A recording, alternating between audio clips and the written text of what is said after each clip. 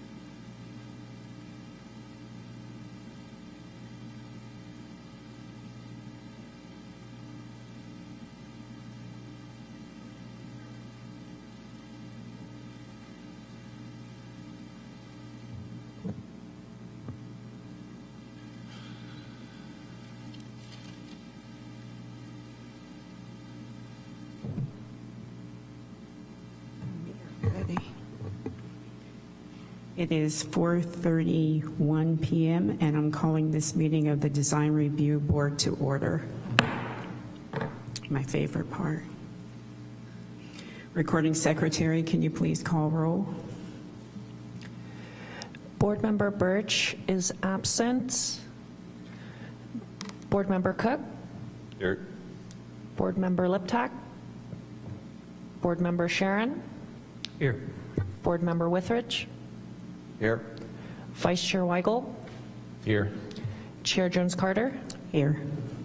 Let the record reflect that Board Member Birch and Board Member Liptak are absent. All others are present. Item 2, approval of minutes. Does anyone have any changes to the minutes for June 1st and June 15th?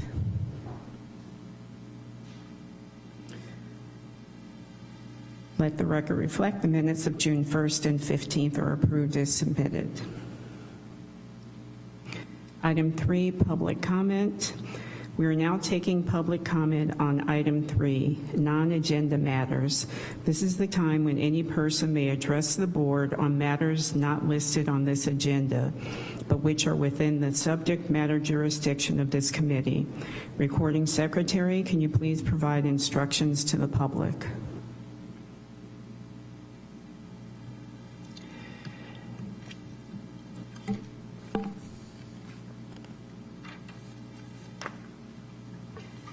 If you're attending in person and wish to make a comment, please make your way to the podium.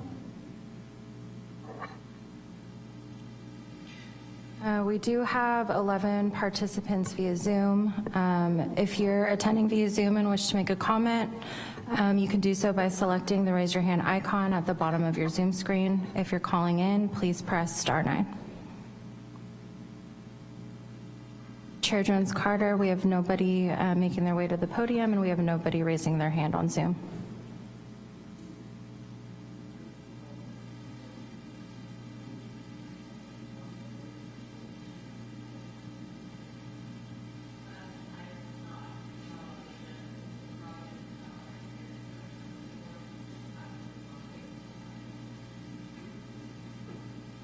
Public comment is closed.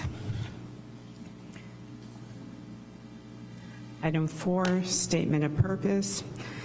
Zoning Code Chapter 20-52.030F, project review. The review authority shall consider the location, design, site plan configuration, and the overall effect of the proposed project upon surrounding properties and the city in general.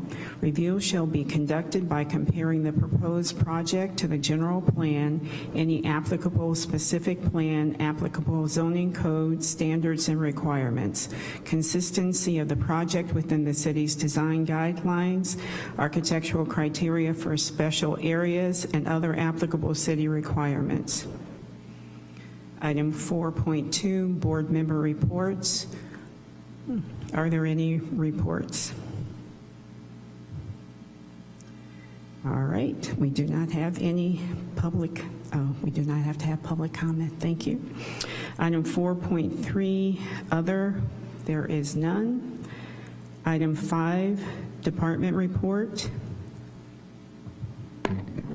Thank you, Chair Jones-Carter. I have no department report today. Thank you. Item 6, statement of abstention. Are there any abstentions on item 8.1 and 8.2? I'll need to abstain from item 8.1, but we'll be back for 8.2. Okay, thank you.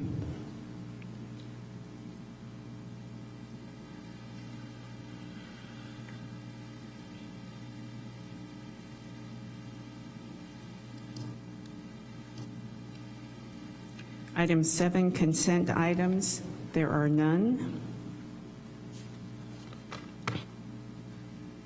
Item 8, scheduled items. We are moving on to the first scheduled item, public hearing, design review modifications for Kiwano Meadows, lots 4A and 70, presented by Mike Wixon. Thank you, Chair Jones-Carter.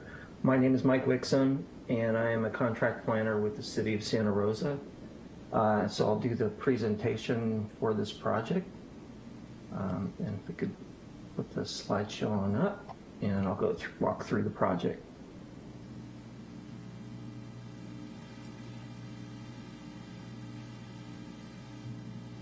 Okay, the project itself is Kiwano Meadows modifications, and it's portions of the Kiwano Meadows Unit 1 subdivision, lots 4A and 70.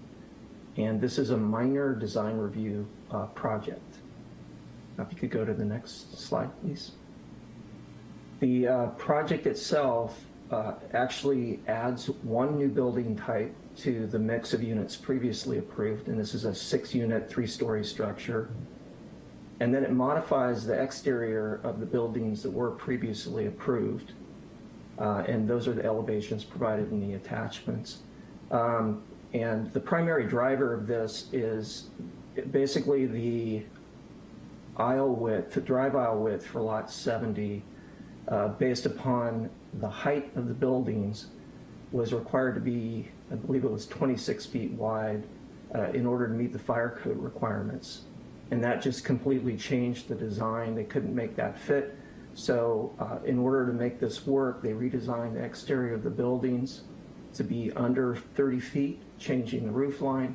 And then they also introduced new floor plans and exterior look to the building, trying to model it after the approved project. The other changes that kind of occurred through this process, that there was a few minor grading changes. The pads are a little bit lower on both lots. And then there's a reduction in the number of units on lot 70. And that went from 43 units to 41 units.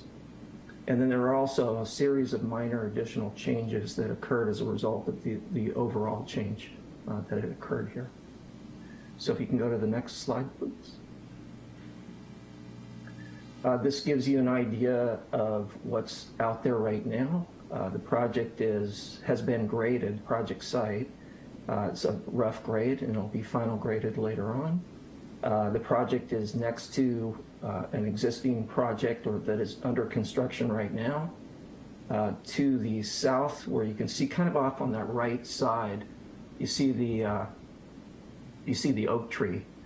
That is actually the urban growth boundary for the city, right along that property line. And then that is south of the site, and you see directly ahead of you Taylor Mountain in the viewpoint. So this site, or this picture, is taken from Petaluma Hill Road. And if you can go to the next slide, please. These are some oblique aerial photos that just kind of give you an idea of both lots 4A and 70. Kind of put it in perspective as to what's around the site, what's on the site. If you look in the upper right-hand corner, you can see that the tree that it would be just off the site, but the site design has taken into account the preservation of that tree. It also has been previously graded, but it will be final graded following outcome of this hearing tonight.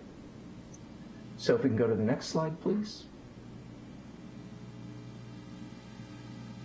This is lot 4A, and what I was just pointing out is that slide in the upper right corner.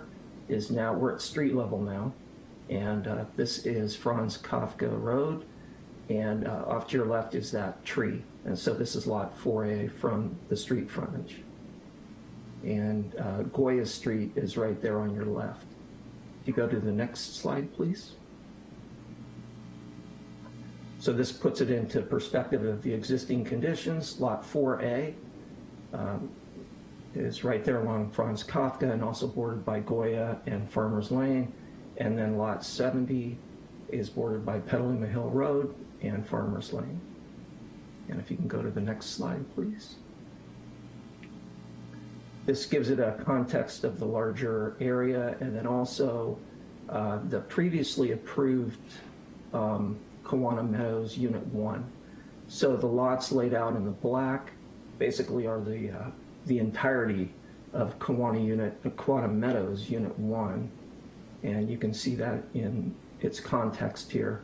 And then you can see the approved project kind of to the north and west, tucked in that corner there, right to the northwest corner of the star. And that is under construction, as well as a number of apartments are under construction a little bit further north of that. And if you can go to the next slide, please. Again, here's Kiwano Meadows in its full context shown, and you can get an idea of what it was previously, and then where lots 4A and where lots 70 are in context of the larger project. The hash mark area at the, I guess it would be the left side, it'd be the west side of this map. So that hash marked area is actually the previously approved Taylor residences at Taylor Mountain. So these two lots that we're looking at today are part of a larger project that included all of those lots in the hash marked area to the left there. And that was for, I believe it was for 93 units. The project we're looking at today is these two lots were previously approved for a total of 43 units, and the applicant has reduced that to a request for a total of 41 units. And I'll go through that a little bit more. So if we can go to the next slide, please. So going through the project history, the Kiwano Meadows Unit 1 subdivision map was recorded in September 2005, quite a while ago. And in this history, there's a lot that had occurred between 2005 2017, but I thought I would just jump right to the relevant part of the approval of the residences at Taylor Mountain. And so in September 2017, the Planning Commission had approved the mitigated negative declaration, the hillside development project, and a density bonus for the residences at Taylor Mountain. And this is part of the project that is the residences at Taylor Mountain. So then on October 2017, just a month later, the Design Review Board approved the preliminary and the final design for the residences at Taylor Mountain. And then in September 2021, the applications for design review and hillside development project were submitted to modify the residences, and those approved designs. That's what we're considering here tonight. So if we go to the next slide, please. The land use designation for the site is medium-low residential and medium residential. Allows up to 18 units per acre, the higher end. The project both previously and currently meet the density requirements for the general plan designation. And given that this was a density bonus project, the additional density provided also is consistent with the general plan. And then the zoning district is a PD 96001F, and that had established some of the setbacks and design criteria that had been reviewed and approved with the previous project. Again, the project was determined to be consistent with the general plan and the zoning district previously. There are no serious changes to the general plan or zoning setbacks, or I shouldn't even say serious, there are no changes to the setbacks or other potential pitfalls of the zoning standards or general plan policies. So from staff's perspective, the project continues to be consistent with the general plan and the zoning designation. If you can go to the next slide, please. This is just a site plan overall, kind of how it sits, one site next to the other. And you can see Lot 4A was approved with 4 units or 4 buildings, total of 12 units. And it will maintain the 4 buildings and 12 units. And all of those buildings on Lot 4A are a 3-unit apartment building style design. And so you can see that in the elevations. Each of the 4 buildings on Lot 4A will be that style. The driveways on Lot 4A onto Franz Kafka Road are a little bit wider because they are like it's basically a 3-car design driveway. So they're a little bit wider than was previously approved, but they fit on the site. There's also some minor changes to the length of the retaining wall down at the southern end. It extends just a little bit further to the south, and that's not an issue for staff. That retaining wall is towards the back of the site, so there'll be plenty of landscaping and buildings.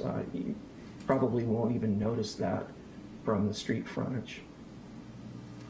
On Lot 70, there were a total of 43 units previously approved, and that was with 13 buildings on site. The applicant has is proposing a total of 11 units at this point with the revisions, and this is the site where the new 6-unit buildings will be located. So the applicant is proposing 2 of the 6-unit buildings, 2 of the 4-unit buildings, and then 7 of the 3-unit buildings. And you can see, if you were to compare this to the previous approval, the main layout of the project site is the same. So you have the backbone of the drive aisle going through the project site. The driveway entry is the same location. And then at the left side or the west side is the access where you basically turn around and park or turn around and come back out. And then a little bit to the right side, you have the trash enclosure and again, area to turn around and come back out to Farmers Lane. So if we can go to the next slide, please.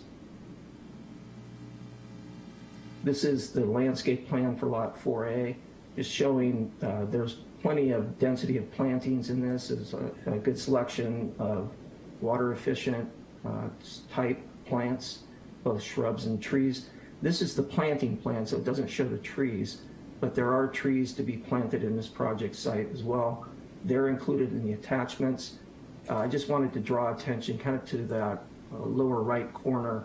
It's kind of a barren area. That's the preservation area for the oak tree that we had seen previously in the slide. So that maintains a protected area for that oak tree by keeping the plants outside of the drip zone. And if you can go to the next slide, please. And then this is the landscape tree planting plan for Lot 70. It's just much easier to see the site layout with the tree planting plan. And again, the tree planting plan is very consistent with what was there before. They also have a planting plan that also complements the project, has plenty of density of shrubs and ground cover. So that's part of the project and is very consistent with what was previously approved. If you can go to the next slide, please. So just in a quick review, the project was going to reduce the total number of units between lots 4A and 70 from 55 to 53 units, and those changes occur on lot 70. The approved development standards were actually reduced as part of a concession for the affordable housing of the project. That was the density bonus component. So there are reduced setbacks on the front of Franz Kafka, and I believe it's also on the front of Farmers Lane. But there are no changes to those setbacks. So those setbacks are maintained. Project's consistent with that. The other development standards are maintained. The lot coverage, parking is maintained. Although parking has reduced a little bit, it's still consistent overall with the zoning requirements. And the main change is the building height. So the building height has reduced from 38 feet to 30 feet, also consistent with the zoning and the general plan. And there are no changes proposed to the affordable housing agreement. All of the affordable housing units will be provided on lot 70 per the agreement, and there are no changes to that. The buildings also maintain a good mix of units with the 1, 2, and 3 bedroom units provided in each of those building types. So the building with the 3 unit, the building with the 4 unit, and the building with the 6 unit all contain 1, 2, and 3 bedroom units. So if we can go to the next slide, please. This is where staff had a little bit of concern, but just to note, overall, the project is consistent in design with both the general plan and the zoning code. But we wanted to bring these to the design review board because there were just a series of small changes occurring. We felt it'd be appropriate for the design review board to consider those changes and in the end weigh it out. So if you can look at the top, you see the approved elevations. And those, again, it was 38 feet in height. There are some changes to the exterior elevations and just pretty much how it appears and presents. However, the materials, the windows, so the colors, all of those features will match what was previously approved. But there are changes to features like the roof slope, the roof design, the roof layout. You'll see changes to that. It's an entirely new building, so it's an entirely new floor plan. So the building itself has changed overall. However, there's a lot of consistency kept with the previous design. Those red notes highlight some of the features that were kept in the project or that have changed. The exterior siding does match exactly what was previously approved. So the lap siding and the board and batten siding matches exactly with what was approved previously, as well as the color selection. So if we can go to the next slide, please. And these are the other elevations. So basically you're looking at the rear and then both sides of the building 3 design. Again, approved is on top and proposed is on the bottom. And you can compare those up. If you go down to the next slide, please.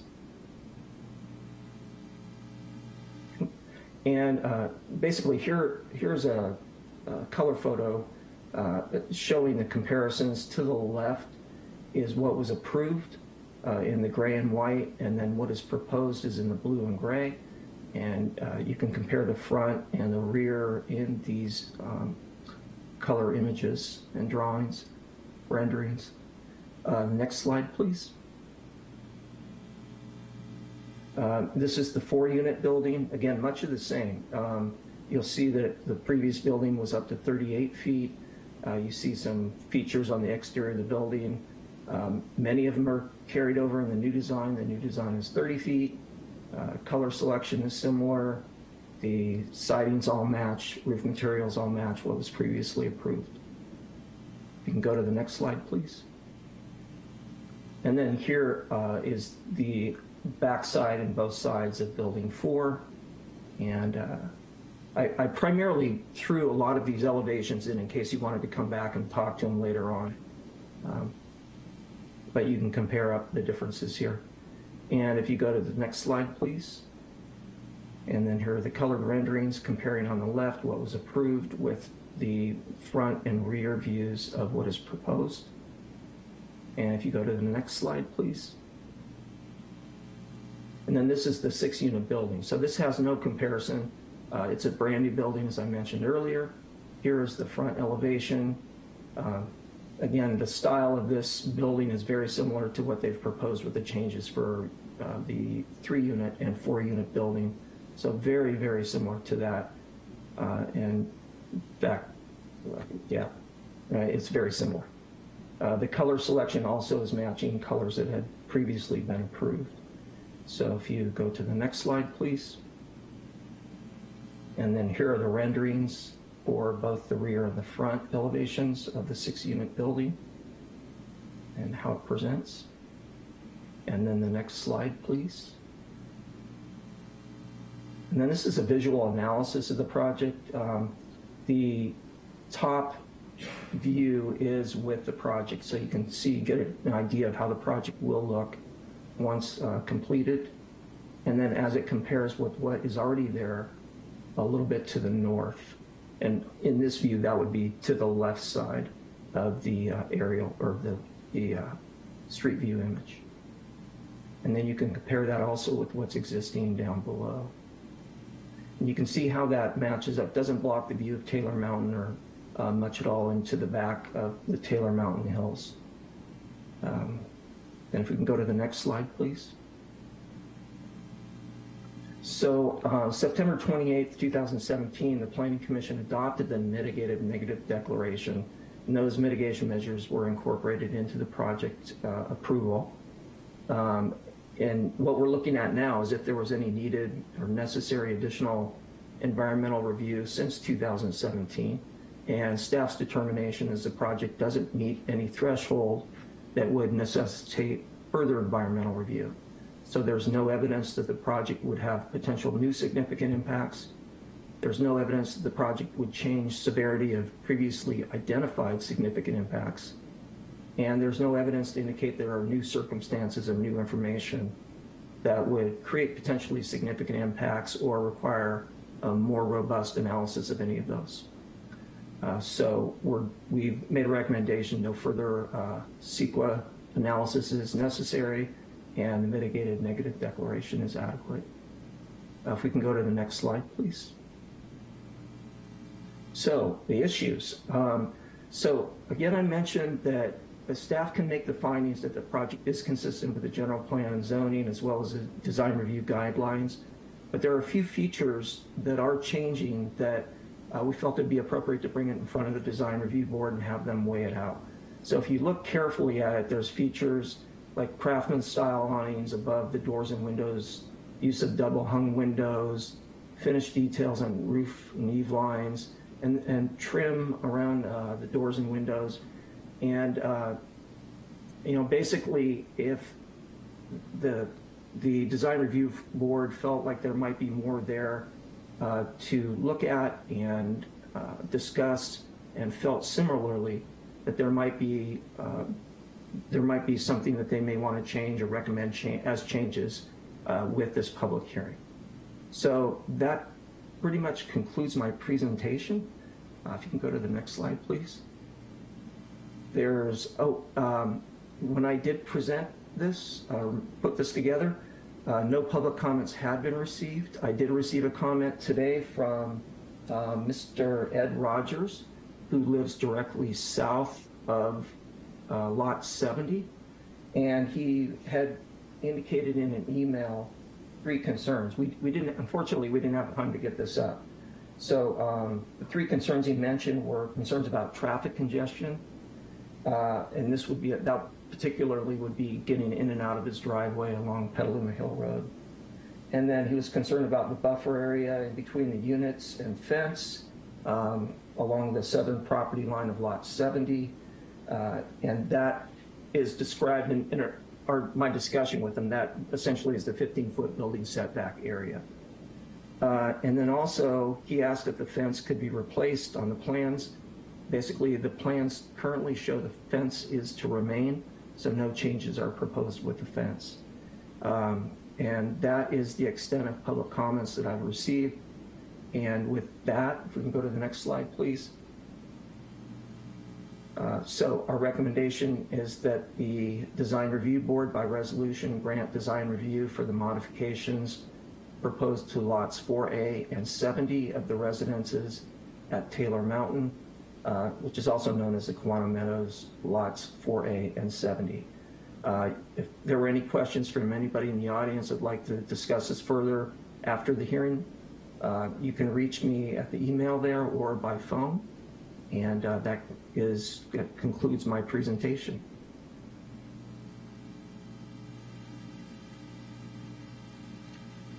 Before we move on, I'd like to ask if there are any ex parte disclosures on this item.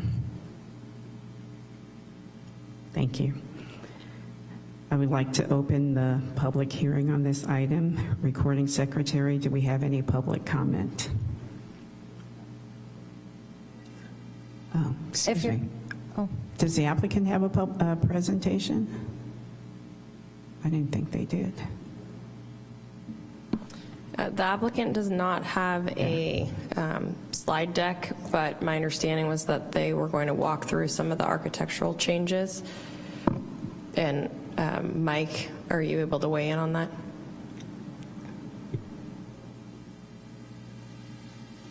Yeah, there are going to be members, let's see, so Carlson Chan is there to speak to the project.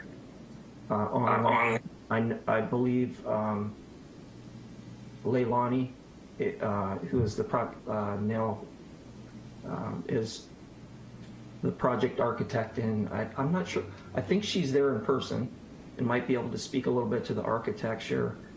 And as well, there might be another architect. Let me check the name. I believe it was. John I forgot Thatch. the other architect's name, but they're both with the Dolan Group. So there might be another architect coming in on it, or might be there in person with the Dolan Group. I believe we're all on Zoom. This is Leilani from Dolan Group. And my principal, John Thatch, I believe, is listening as well. John Thatcher, if you're on Zoom, can you please raise your hand? I see an Ed Nessinger, but I'm not sure if he's a member of the public.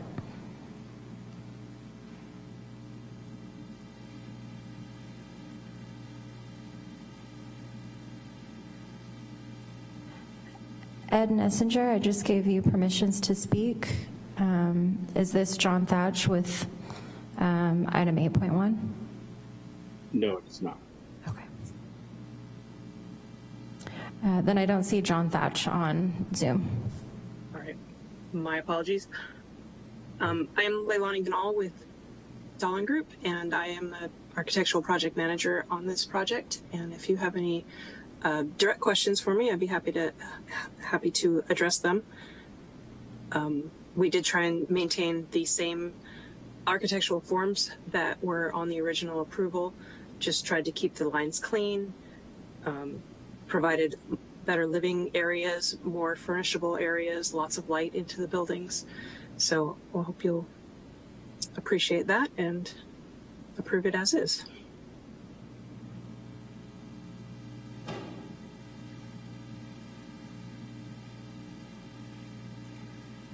Okay. I think we're going to see if there's any public comment. How's that? Will the applicant team please keep your mics muted during the public comment period? Thank you.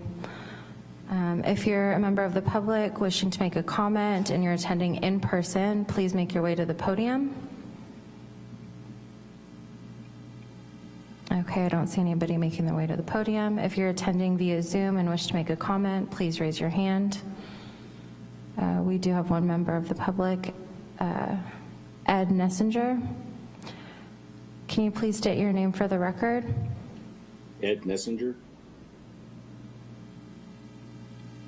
You can continue with your comment. I was wondering if you could bring up on the screen the off-site improvements, if any, so we could see any potential upgrades to the intersection of Farmers Lane and Yolanda and Petaluma Hill Road. If you have any more comments, you can make it during this time, and then we can respond to your questions. And Okay. And then, is there been any anybody addressing the commute traffic, AM and PM, backup from Yolanda back into Petaluma Hill Road towards Kiwano Springs? And that's the extent of my question.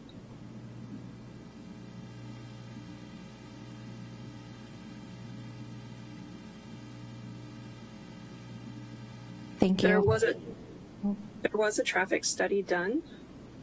I'm trying to pull up that report right now. I don't know if you have that, Mike. We'll have to keep going with public comment, and then once public comment is closed, then we can address the questions and comments. Apologies, thank you. Ed Nessinger, does that conclude your comment? Yes, it does. Okay, thank you.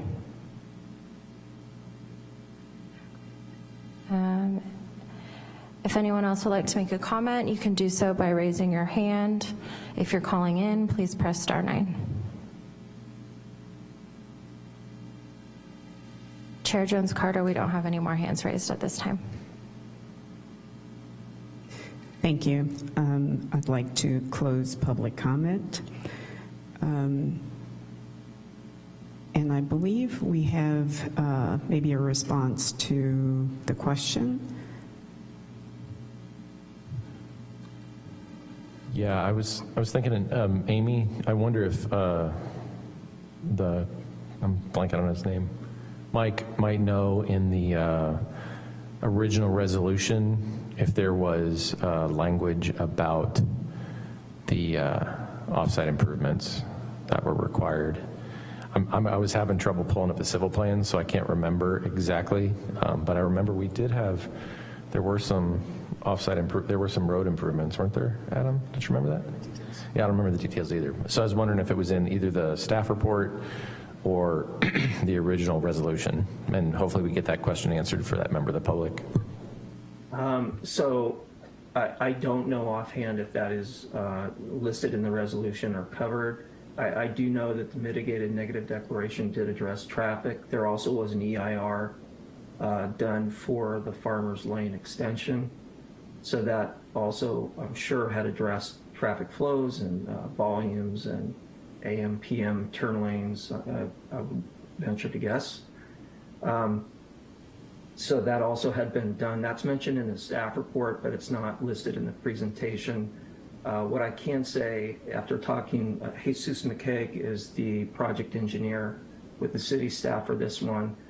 Farmers Lane, I've spoken with him about Farmers Lane and the ultimate build out of Farmers Lane, which is ultimately to be a 4-lane road, two lanes in both directions, as well as Petaluma Hill Road, 2 lanes in both directions. The timing of those improvements is determined.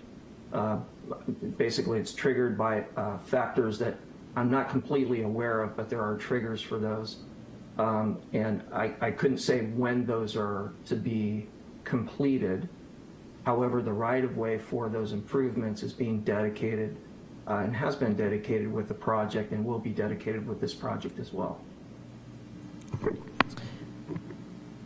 I'll just add that we do have an Engineering Development Services Exhibit A, which is an attachment to the staff report. So it's way down under the resolution here, the resolution listed on the agenda. And so this Exhibit A is 9 pages long. There is a section on public street improvements, and it appears to me that these are a lot of the conditions that were carried over from the original Kiwano Meadows subdivision map. So there are references to the public improvement plans that were approved, and it discusses improvements to Petaluma Hill Road fronting the project site, in addition to the Farmers Lane extension. So those begin on page 3 of the Exhibit A.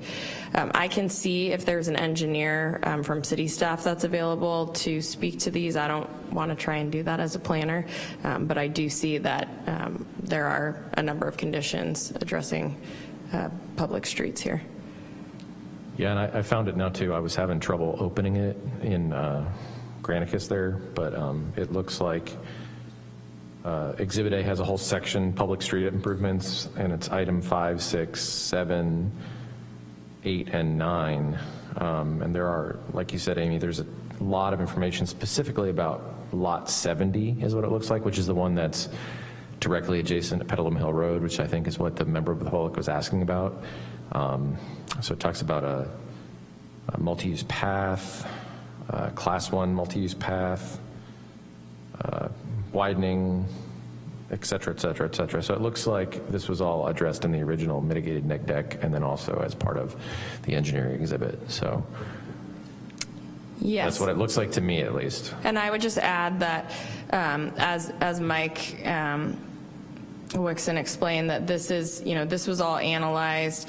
The development, this multifamily development was analyzed back in 2017. So the number of units, that traffic analysis, the environmental, and so the board is really focused on right now. That doesn't mean that this isn't a good question, and so we're providing the information, but just the purview of the board this evening is to look at the changes in architecture, site planning, and landscape.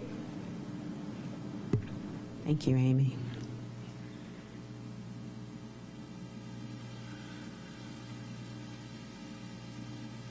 Are there any questions of the board for staff or the applicant?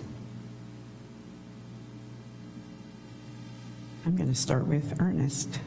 Yeah, I do have a question. I just need a little assistance getting oriented in terms of, I think my biggest concern is those buildings on lot 70 that are going to be facing Petaluma Hill Road and what those revisions look like. Which elevation should I be looking at for those? Are those the six?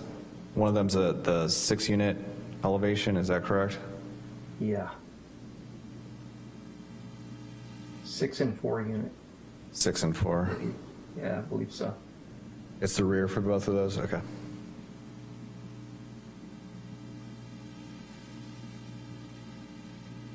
All right, those are the ones I just want to take a closer look at. Thank you. Adam, do you have any questions? I have no questions. Thank you.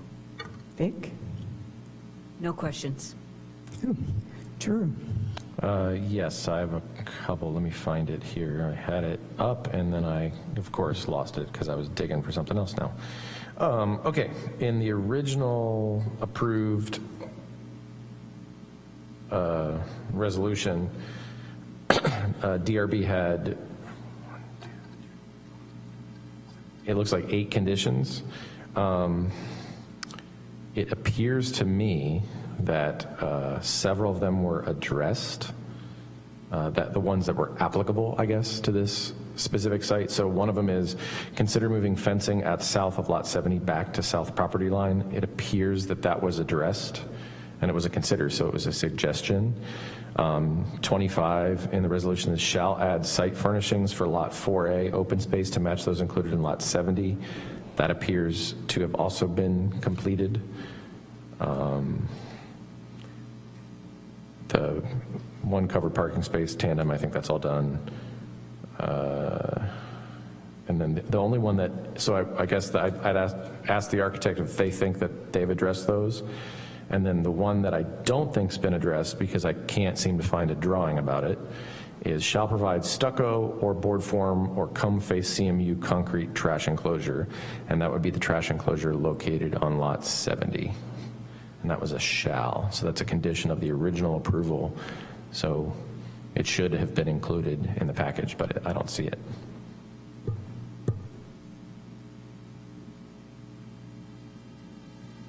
I believe the previous, this is Leilani Ganal again from Dahlin Group, the architect.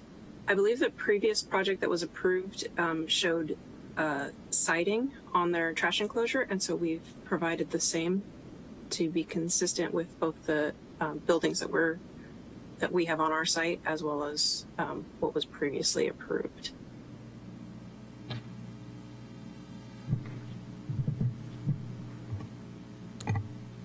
Thank you. Yeah, I'm just gonna, sorry.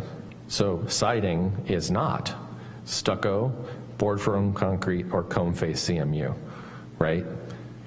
Yeah, so it is siding over CMU. Sorry, so the interior, the structure of it is still CMU if the concern was the durability, and then the exterior is cladded with siding so that it matches with the rest of the vernacular of the community.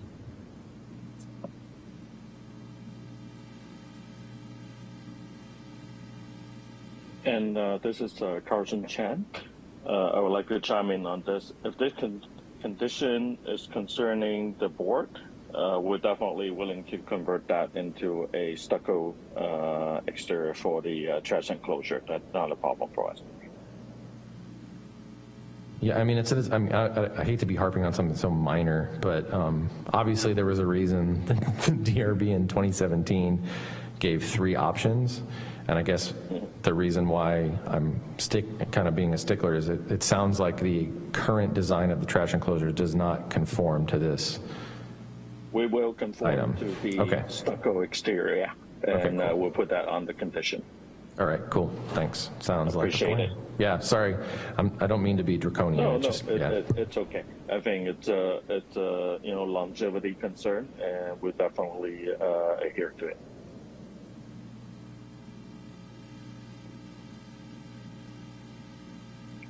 Any other questions or concern? Would someone like to make a motion for the resolution? I'll make a motion for a resolution of the Design Review Board of the City of Santa Rosa granting design review approval for the design modifications proposed for Kiwano Meadows lots 4A and 7D, parentheses, AKA the residences at Taylor Mountain, end parentheses, located at 2880 Franz Kafka Avenue, APN 044460004, 005, and 070, file number PRJ21-020, parentheses DR21-050, close parentheses, and I will waive the reading of the rest of the text. Would someone like to second the motion? I will second that. Thank you. The resolution for this motion by Board Member Adam was made and seconded by Vic. Recording Secretary, can you please call for a vote? Oh, never mind. We're going to do conditions. Sorry, discussion. All right, I'll start with Vic. I have nothing to add. Thank you. Adam. Thank you. In terms of comments, I was on the board back in 2017 when this came through, and thank you for the updates. I do think it's consistent with what the DRB discussed and approved last go around, and I think it fits in with the spirit of what we approved before, and I have no comments other than that. Thank you. Ernest. No, I appreciate what was presented, and I have nothing to add. Again, the main thing I was looking at was those rear elevations facing Petaluma Hill Road, and I think it looks fine, so I got nothing. Thank you. Drew.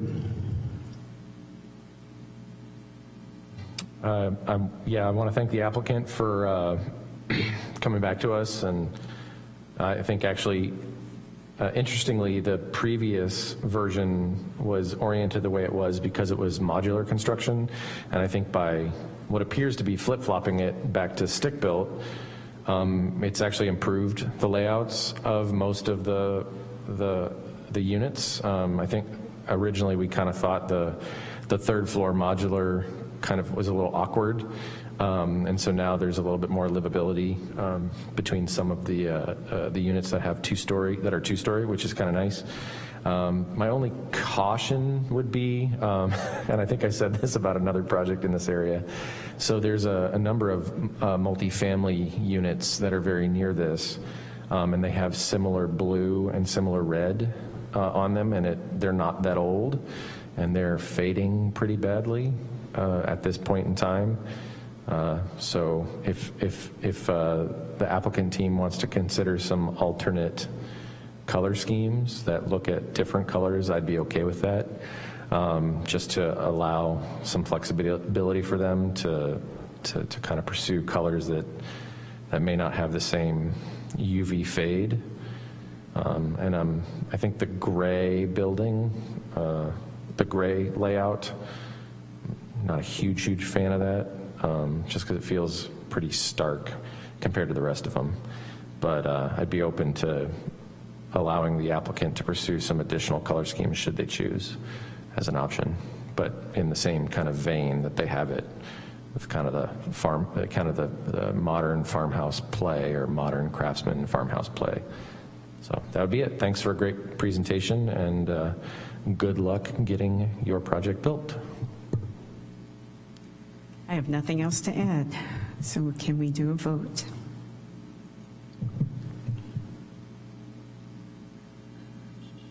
Board Member Liptak, Approve. Aye. Yes. Oh. I'll take that back. Sorry, I wanted to add one I'll condition. hold. I'll hold. Sure.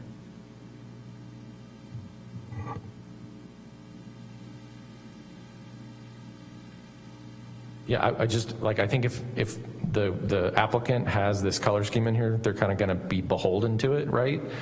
As they move to staff and they move towards their building permits and all that stuff. And so I wanted to give the applicant flexibility to change their color scheme if they looked at it in the future. So I'm actually trying to help the applicant out a little bit. So I was just thinking, consider alternate color schemes that fit within the architectural character of the project. So that gives them some flexibility. They don't have to stick with their color scheme should they not choose to. So that would be a friendly amendment that you're proposing? Please. Okay. So I propose that friendly amendment, please. Okay. Then we're looking for a second, and then we can do a vote. I think, Ernest, you're the only one that can do a second on that, if you agree. I will second the amendment, the friendly amendment as proposed. And we can have a vote. Oh, sorry, you have to accept it too. I accept, as the motioner, I accept the friendly amendment. And as the seconder, I do too. And without delay, we can have a vote. Board Member Liptak, I am in favor. Board Member Sharon, Aye. Board Member Withrich, Aye. Vice Chair Weigel, Aye. Chair Jones-Carter. Aye. So this passes with 5 ayes and 2 absences. Please note this action is final unless an appeal is filed with the Planning and Economic Development Department within 10 days of today's decision pursuant to Zoning Code Section 20-62.030. Sorry to interrupt. Just a quick question. Recording secretary, did you say with 2 absent? I just want to make sure for the minutes. So I think we have one abstention, and then Yes, apologies. So that motion passes with 5 ayes, 1 abstention, and 1 absence. perfect. Thank you. Sorry for the interruption. Chair Jones-Carter, if I could just mention also to Mr. Messenger that I'm available if you'd like to discuss and go over the plans for the improvements at that intersection. If you wanted to contact me tomorrow, I'm around, and or next week. So just so he knows. Thank you. Do we want to call Mike back in, or, oh, actually, we're going to move on to, we're going to back up since Vic is here, and I believe you have a report from Water Commission? No, I think I gave a report last time. Okay, great. Yes, I did. All right, should we take a short recess? Yes, let's take a short recess. I did let Board Member Cook know that was wrapping up, but it might take him a few minutes to get back in the chamber. So, All right, let's take a 5-minute recess. thank you, Chair.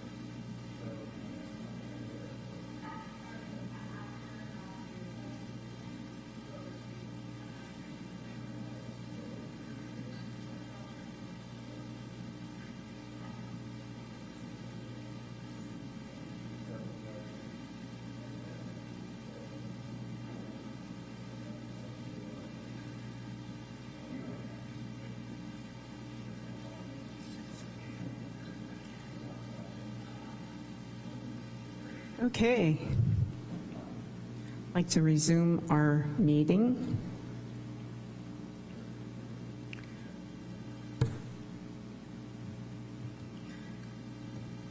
All right.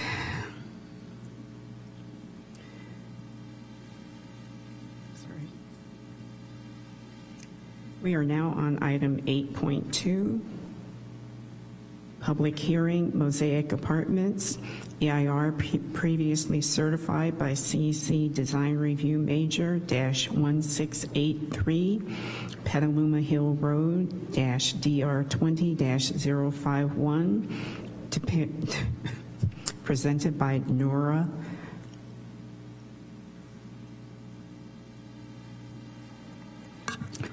Good afternoon. Oh, sorry, one other thing. Are there any ex parte disclosures on this item? All right, thank you, Nora. Good afternoon, Chair Jones-Carter and members of the Design Review Board. The project before you is a major design review request for Mosaic Apartments. The project will be a multifamily apartment complex consisting of 147 apartments with 1 and 2 bedroom units in 8 3-story residential buildings, and it will also include a recreational facility. These are the existing conditions at the 5-parcel site. It currently consists of mostly undeveloped land and a handful of residential structures. Here is the surrounding area. To the north, there is mostly residential, both single-family and multifamily. To the west, there is residential and warehouse uses. To the south, it is residential, Oslo, multifamily.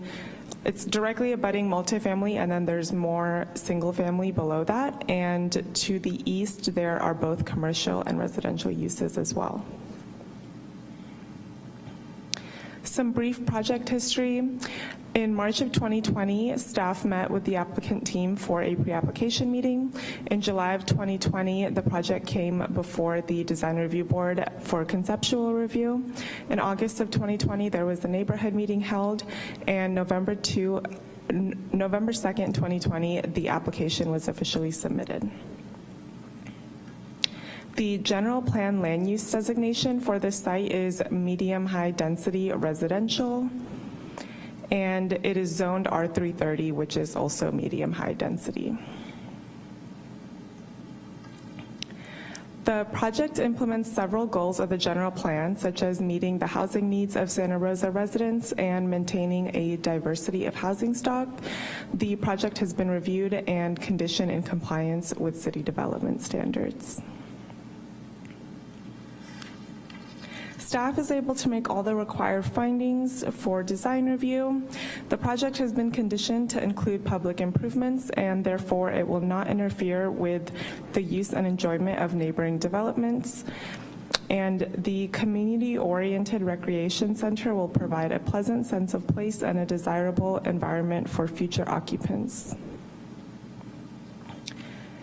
Along with this proposed project, there is also a request for a parking reduction, and staff is able to make all the required findings for a minor parking reduction. The parking reduction will be just under 15%. They will have 232 spots, which comes out to about 1 spot per bedroom, plus an additional 33 spots. And also, Petaluma Hill Road provides direct access to services such as a supermarket directly across the street, and there are Santa Rosa City bus stops. The project also implements several goals of the design guidelines. It helps provide diversity in housing type, and it provides multifamily housing that encourages residents to take pride and sense of ownership in their neighborhood. Here's the site plan right on the corner of Colgan Avenue and Petaluma Hill Road. And here we can see the front elevation and a architectural rendering. An addendum was prepared for the previously certified general plan final environmental impact report, and it concluded that the proposed project would not cause any new significant environmental impacts, and therefore no additional analysis is required. Upon putting together this presentation, we did have one piece of written correspondence from a neighbor, and now we have a second as well. Both of the comments expressed concerns regarding traffic and road infrastructure, and one of the comments also one also commented that surrounding schools and the water supply may not be enough to support such projects.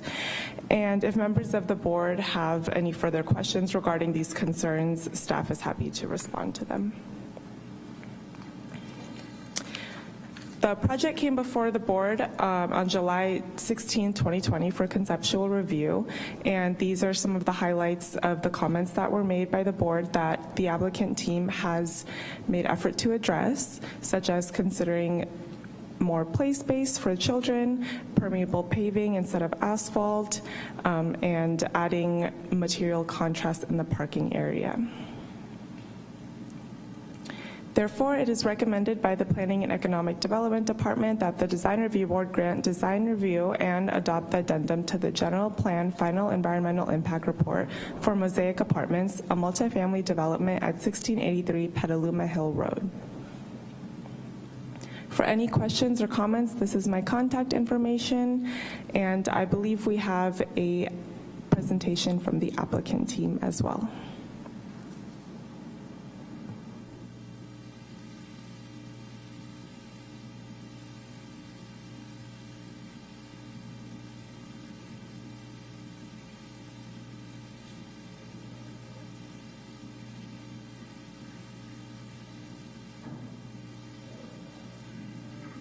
McKellar.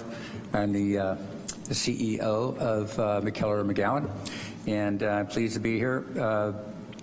With me are Scott Myers, our Chief Operating Officer, Kirk McKinley, Project Architect, who's right there, and Christine Talbot, who's sitting next to me, and Dave Brown, our Civil Engineer from Adobe Associates. Those three will be presenting. On call are Lucy McMillan, who's our environmentalist scientist, Zach Matley, who is the traffic engineer on this project with W-Trans, and Jonathan Tilo, who is with ESA, who produced the EIR. Jeff Johnson is on Zoom, and if I might want to call on him, depending on what your questions are, and I will, and he'll be available to speak. This is the third time we've been before the Design Review Board on Mosaic. The first time was in July 2020, as you heard, and that was a concept design review.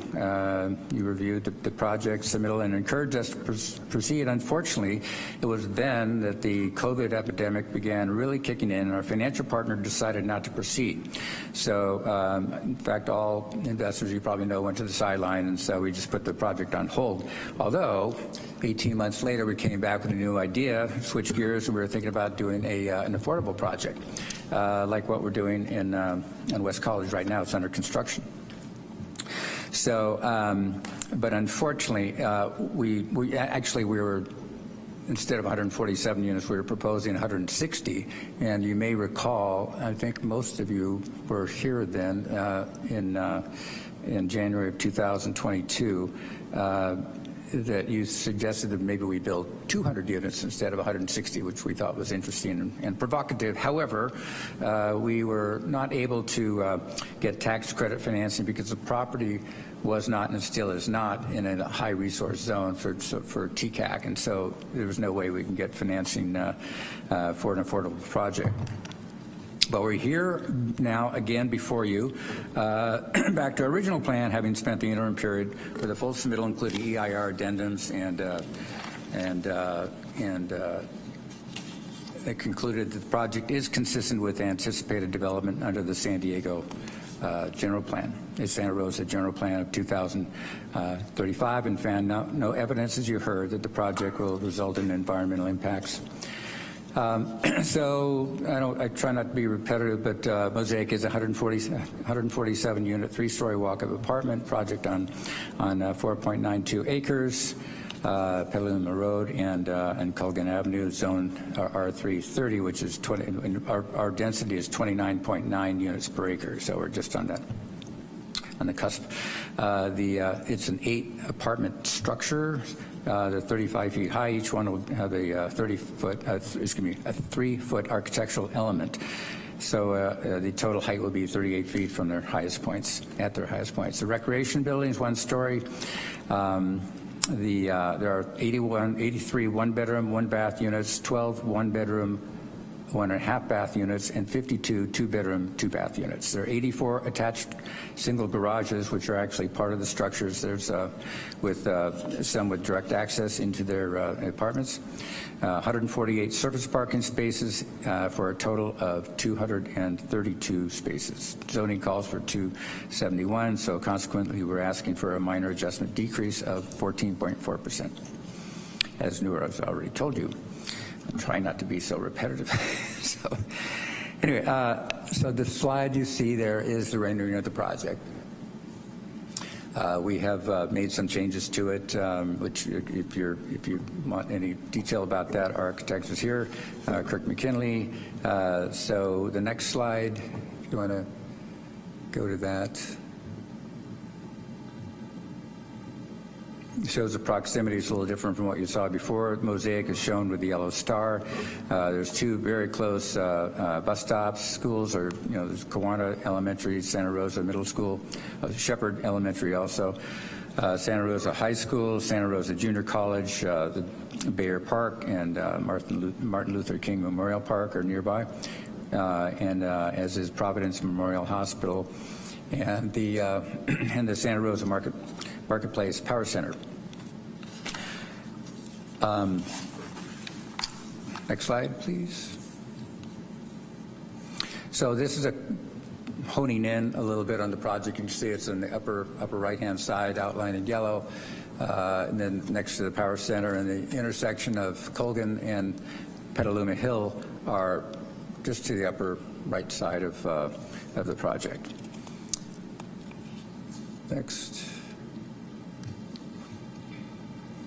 Again, zooming in further, you see the apartment complex on the right-hand side in the upper right-hand, and then the existing single-family homes that are there, and the industrial project, auto repair and that kind of thing, just to the south, on the west side of the property. The next.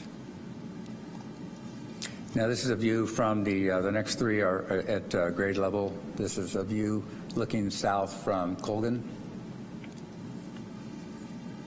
of existing structures, obviously. Next. And then this is on Petaluma Hill Road, traveling north. The power pole you see on the left-hand side is actually a corner of the property, the southeast corner, and sort of traveling north. And those houses that you see on the left are the existing structures. Next. And this is the last slide here is the going up the road a little further. This is on Google Earth, obviously, Street View, and so that's where I'm going to end, and then introduce to you Christine Talbot, who you've probably already seen. She's a principal at Quadriga Architecture and Planning, and she's going to make a presentation about the landscape plan. Good evening. Next slide, please. So I know that we've been here before. I'm not sure if I need to go through the whole plan. I know last time we were here it was concept review, but just generally I'll talk about the extents of the open space and the landscape concept. Currently we have at the edges of the properties, we're proposing a wall at the south west connection in kind of coordination with that neighbor, requested more of a CMU wall as opposed to fencing. The rest of the site will have fencing at its edges, except for at the frontage to the road. We've looked at ways to incorporate lots of shade trees as feasible with fire access, and also providing the pedestrian circulation through the parking lots with a varied material color to highlight the pedestrian space. Some of the amenities that are included are the recreation center and the pool. So that's a high value amenity that's for all the residents. The pool itself will have a solid screen at the street and at the parking edge to provide privacy to the users, and then it will have an open fencing on the interior so that residents can have eyes on the pool. There's a number of other open space. We, as part of our conversation at the last time we were at design review, it was requested that we expand the play area and create a safer space for the children as it was adjacent to the parking lot. So what we did was actually remove some parking spaces and increase the play zone and move it to the south of the site where it has more opportunity for screening and shade and vegetation. And then we created a seating area and a dog kind of relief space at the former play space on the north side of Building 1. So that space is really more conducive to just popping out and having a little seat, taking your dog out, maybe having a conversation on a bench, whereas the play area is more of a destination space. There's a number of other small breakout spaces on the site for dog relief and seating with shade, and then we have a teen space that's designated in the pool rec area just outside where there can be some permanent games and things like that for the older kids. Let's see what else has changed. I think that there was some conversation about the trees that were to be removed. We are mitigating the trees to be removed on site. There were a number of redwoods really inconveniently placed right in the middle of the site. And, you know, we did work pretty diligently to save a number of the trees, and it just wasn't feasible to get the density that we needed and to get the fire access that we needed. So unfortunately, we will be mitigating those trees. And I think the other component was really about the pedestrian circulation and designating that pedestrian space, especially within the parking area. So we've worked pretty hard to create a very connected space between the buildings and between the use areas and in the parking area. Our overall planting palette, we do have, we treat stormwater with bioretention, which is on the west side of the project. So we have limited trees that we can place in that area, but we have worked very hard with the civil engineer to create pop-out planting areas so that we could put some shade trees in that bioretention area.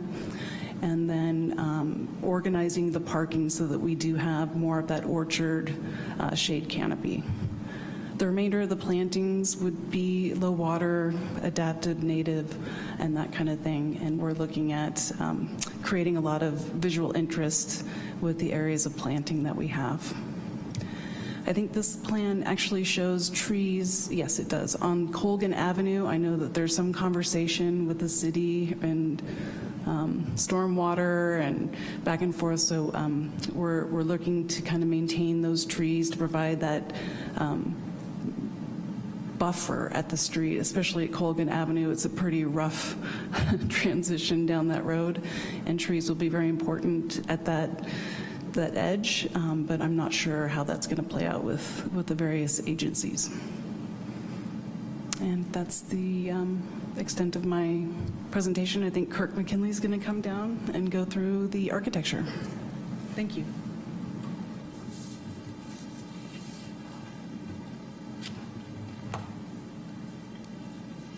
Good evening, everybody. My name is Kirk McKinley with McKinley Associates. Am I on? Got to turn the green light on. Kirk McKinley with the McKinley Associates. I'm just going to bring up a couple items relative to the architecture that were addressed initially back in 2020. That was some questions of concern by the board at that time. This building was masked as something similar to what we're doing over on West College. And what has occurred over on West College is the project changed to an all-affordable project. So it's distinctly different now from the architectural standpoint. Actually, this building is more urban in the sense that it's got a more modern flair to it. And it's meant to be very elegant, understated elegance, with some of the materials being the brick base on the building. We've also listened to some of the neighbors who brought up concerns about the building looking too commercial. And I think that we've removed the black frame windows and gone to a white frame window, which is a little bit more residential in character. And we've also taken some of the fencing on the patio areas down on the base of the building and done more of a wood treatment on it just to warm up the building a little bit more from the standpoint of their concerns. I think that's, we still have some of where we've interjected color in it. We still have that color element in some of the shadow boxes where we've done an insert edge where the color is very subtle. Again, we're trying to create a timeless look in the architecture and not something that is fully dependent on color blocking the whole building. It's more the forms of the building standing out. For instance, at the corners of the building, all these decks are cantilevered. They don't have posts in the corner. It gives a nice floating character of the building and just an overall sense of timeless architecture. Other than that, the only thing that is missing on this rendering, which we just received, is that the stone goes around the side of the building underneath the pop-out on the side elevation. So we do wrap the brick edge of the building around the building for continuity of overall architecture. I show the rear, the garage side now. You want to flip it? I want to see the. Do we have the rendering for the back side of the building? On the back side of the building, we have tuck-under garages. We're going to do the same kind of color blocking on the back side to break up the forms of the building. And on the stairwell areas where you have the entrances, we're going to do a color insert in there, similar to the color insert around the shadow boxes to get the character of the building on the outside. So we've got four-sided architecture on the building, and it maintains the elegance of the front elevation in the treatments that we've provided. Rec building's next. We go to the rec building. This is the rec building is kind of an interesting building. The adjacent building on the site, the entire ground floor, with the exception of one of the units, has additional rec space in it. So the rec building in itself, the one that fronts on the pool, is more of a community area, work study, gathering space that orients to the pool. It's also got the leasing offices in it. And if you go out to the adjacent building, which is just beyond the fence in this rendering, it interfaces with the ground floor of the adjacent building, which has a gym, a bicycle fixing station in it, a dog wash station in it, conference room seating, works areas.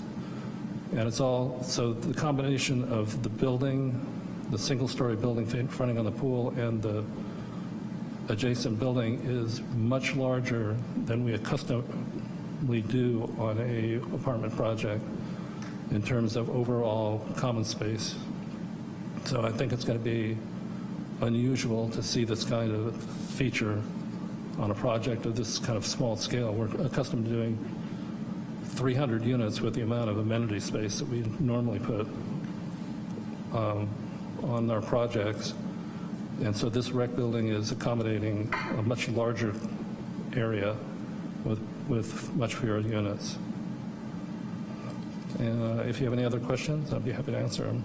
Well, we have more slides. I think you want to go through them. These are the floor plans. I think we've all seen them before. It's a 3-story building with tuck-under parking on the back side of the building, residential on the ground floor, and then 2 floors of residential stacking on top of it. Go to the next slide.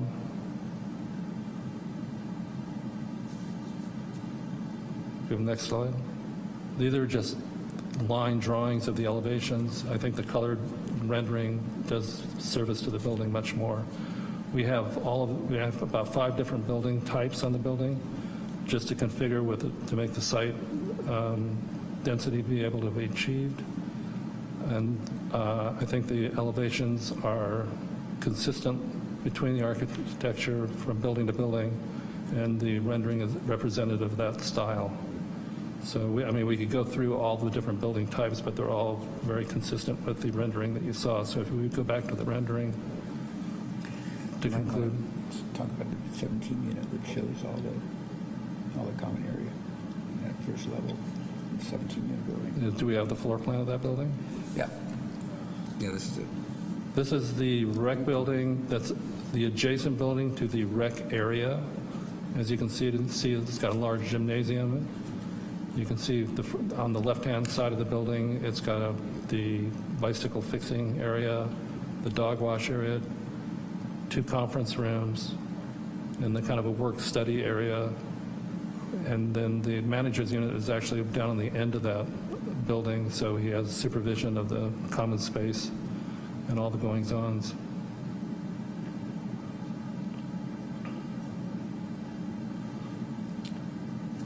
That concludes my presentation. If you have any questions, I'd be happy to answer them.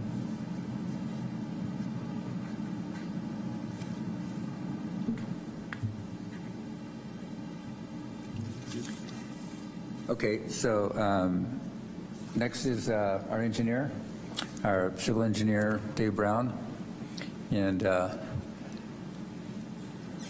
he'll be here to talk about what we're doing on the site, and we happily answer any of your questions. Good evening. I'm David Brown with Adobe Associates, civil engineers for this project. So as you may have noticed in some of those photographs, the existing frontage to Petaluma Hill Road is a roadside ditch and an asphalt path. That's going to be replaced with new curb, gutter, and sidewalk, a slight widening to allow for a new bike lane along Petaluma Hill Road, and some restriping to provide a 2-way left turn lane and a dedicated left turn onto Colgan.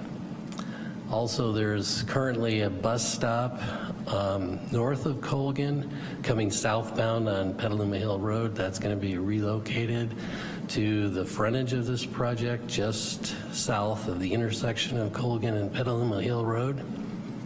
Colgan also is an undeveloped frontage, which will be widened and a new curb, gutter, and sidewalk placed in there. The concern that the city had in regards to the street trees along Colgan is there's a large conduit drainage structure that runs in Colgan close to where the new curb and gutter are going to be, and they were fearful that the tree roots were going to impact that storm drain. So we've had conversations, it hasn't been decided yet, on swapping the trees from the planter strip to behind the sidewalk and putting the PUE under the sidewalk. Don't know if that'll be accepted yet, but that's what we're proposing, because that frontage really does need some trees. As Christine mentioned, we have some bioretention along the west side. Fortunately, everything, this whole site drains to that Colgan Avenue conduit. We also have some smaller bioretention in the middle south of the site along the property line. And then everything drains, as I said, into that Colgan Avenue conduit. Utilities are readily available in Petaluma Hill and Colgan, so we have a loop water system to provide fire protection and domestic service for all of these buildings. And I think that concludes what I have. If you have any questions, I'm available for any questions you might have.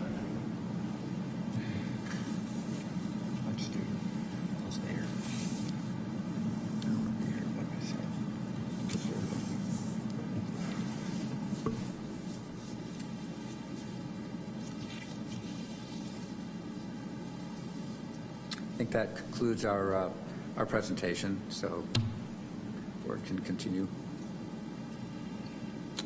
Okay.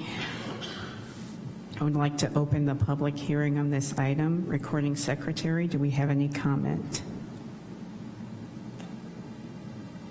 If you're attending in person and wish to make a comment, please make your way to the podium.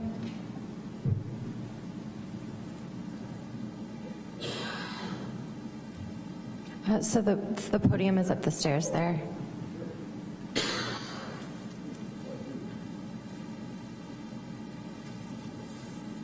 Would I be able to figure out a photograph?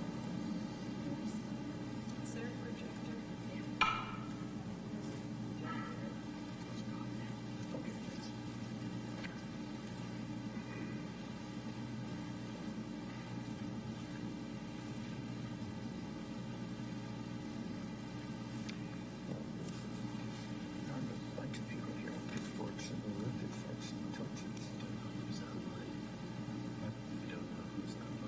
That's true.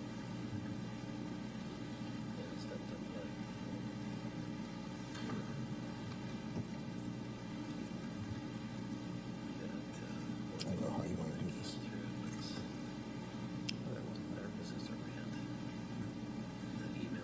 You could just pass it down. We could look at it too. Oh, there we go. Perfect. Good deal. That's fine. Can you hear me? All right. Hey, my name's Doug Bowman, and I have a property adjacent to this project, probably its southwest corner, 1825 Ferdinand Court. Ferdinand Court is the court that's immediately west of the project. Most parcel, half of them are adjacent to it.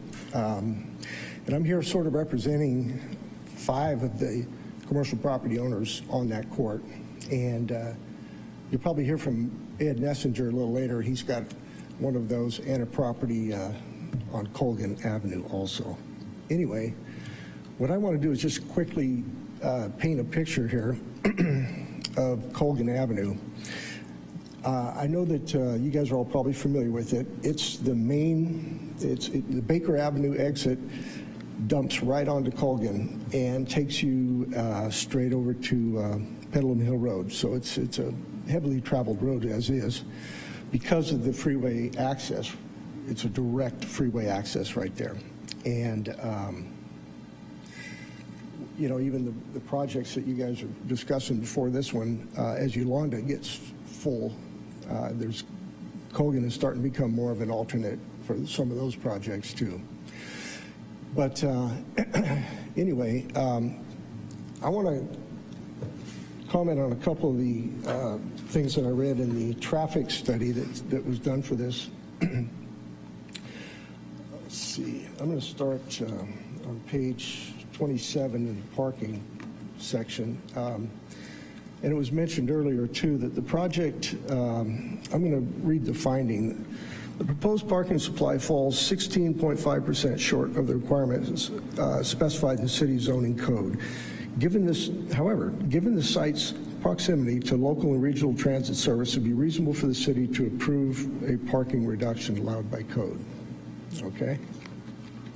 A little closer? Okay. That's fine. All right. Let's see, another section says the city can discretionally apply a reduction in parking. And given as the project's proximity to transit, including bus route 3, which links the site to downtown Transit Mall.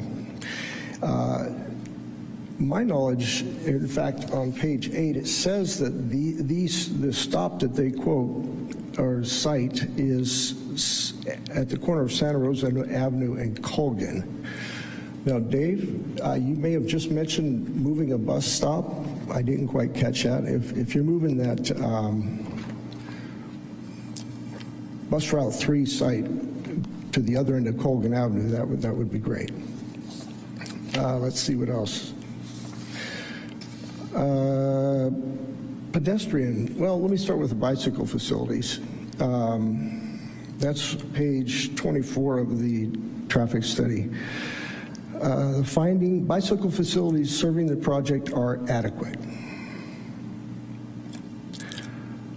Well, it says, I'll read the rest of it. Existing bike lanes on Petaluma Hill Road along with planned future bicycle facilities in the vicinity, which I'm not aware of, would provide adequate access for bicyclists. Residents of the proposed development would be able to use bike lanes on Petaluma Hill Road to connect to many of the primary bicycle facilities in the city, as well as the recreational uses and commercial uses along Petaluma Hill Road. No mention of Colgan. It was completely left out, and that baffles me. I'm not sure why. Excuse me, sir. Yes. There's a 3-minute time limit on each speaker. Okay. So I'll give you another minute. Okay, I think I can wrap it up in a minute. Okay. Thanks. Pedestrian facilities, they talk about that, expect to be generally adequate. It says the proposed project would include a sidewalk along its entire frontage of Colgan Avenue, which would effectively connect the site to the surrounding pedestrian network and neighboring uses. Now, this picture that I have here is Colgan Avenue as it sits. We're about halfway down between Petaluma Hill Road and San Rosa Avenue looking east. This is not a pedestrian or bicycle-friendly street, and unless the city, I hope, has some thoughts of making it so, I'm afraid that this last big developed parcel on here, we're going to lose an opportunity to address those issues. And Ferdinand Court itself, which I'm going to run out of time to talk about, Ed probably can pick that up, but those pedestrian facilities, a major destination for those people is going to be that Costco marketplace area with all of its restaurants and shopping and et cetera. And right now, I'm telling you, the pedestrian traffic does not go down Colgan Avenue to take the turn to go into that shopping. They come right down Ferdinand Court, right through my property, cut holes in my fence, and go into the back way. It's been that way for years. I fought it. And I'm afraid that I'm going to have 2-3 times as many people making that shortcut, especially given this traffic report, which says that they're expecting a lot of pedestrian traffic. And I know that's where they're going to go.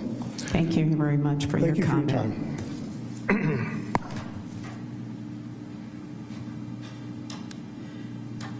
Do we have any more in-person public comments? Okay, we do have a couple hands raised in Zoom. As a reminder, if you wish to make a public comment, you can do so by raising the hand icon at the bottom of your Zoom screen. If you're calling in, please press star 9. Ed Nessinger, I'm going to give you a prompt to unmute yourself. Please state your name for the record. Ed Nessinger. You can go ahead and continue your comment. I'm going to go ahead and just give you a series of bullet points, and then you guys can respond. Is the tuck under parking included in the parking calculation? That's one.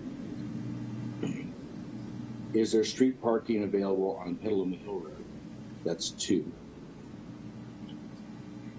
Is there an opportunity to widen Colgan Avenue from Petaluma Hill Road at least down to Ferdinand Court to tie in the pedestrian and bike accommodation? That's 3. Is it possible to move the shadow lane or the shadow striping from the west side of the property all the way down to Santa Rosa Avenue? That's 4. 5, is it possible to add a turn lane between Petaluma Hill Road and Ferdinand Court? That's 5. 6, we'd like the city of Santa Rosa to accept Ferdinand Court as a city-owned street and or cul-de-sac. That would be 6. And 7, we would like to restrict parking in the cul-de-sac from a 6:30 a.m. to a 6:30 p.m. restricted parking time so that the residents don't consume all the parking in the Ferdinand Court parking region. I have 2 properties that are affected by this project. Again, I am not against this project. I still think this is America and you should be able to build what you want. But I do believe the city has an opportunity to improve Colgan Avenue so that it's acceptable to the residents there and the commercial building owners, as well as the general public for traffic issues. Thank you.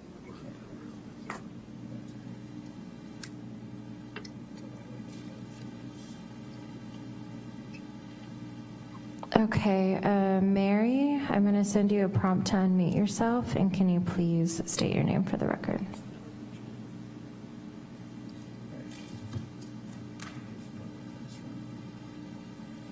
Hi, I'm Mary, and I kind of live across the way of this complex that you're proposing. And one of my main concerns is the easements. We have several easements across the street at the supermarket. What are we going to, how is that, which is with this apartment complex, is going to create so much traffic and congestion. It is bad as it is now with people going in and out of the supermarket from the various easements. So I'm really totally against this.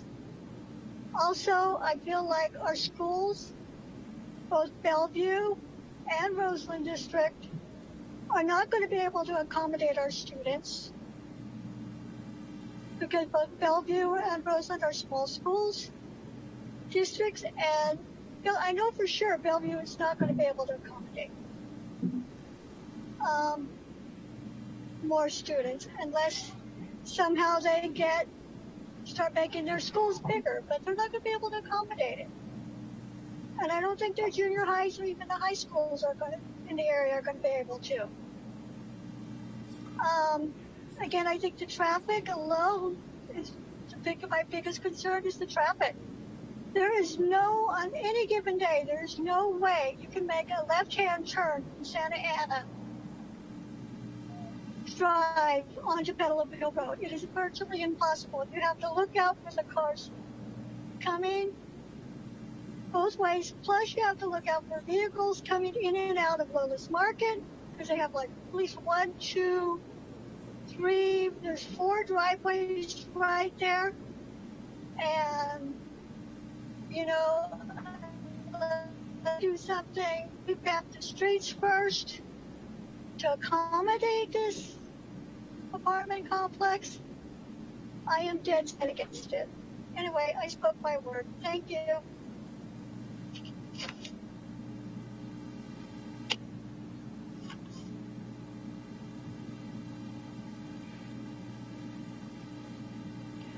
Chair Jones-Carter, I'm not seeing any other hands raised on Zoom.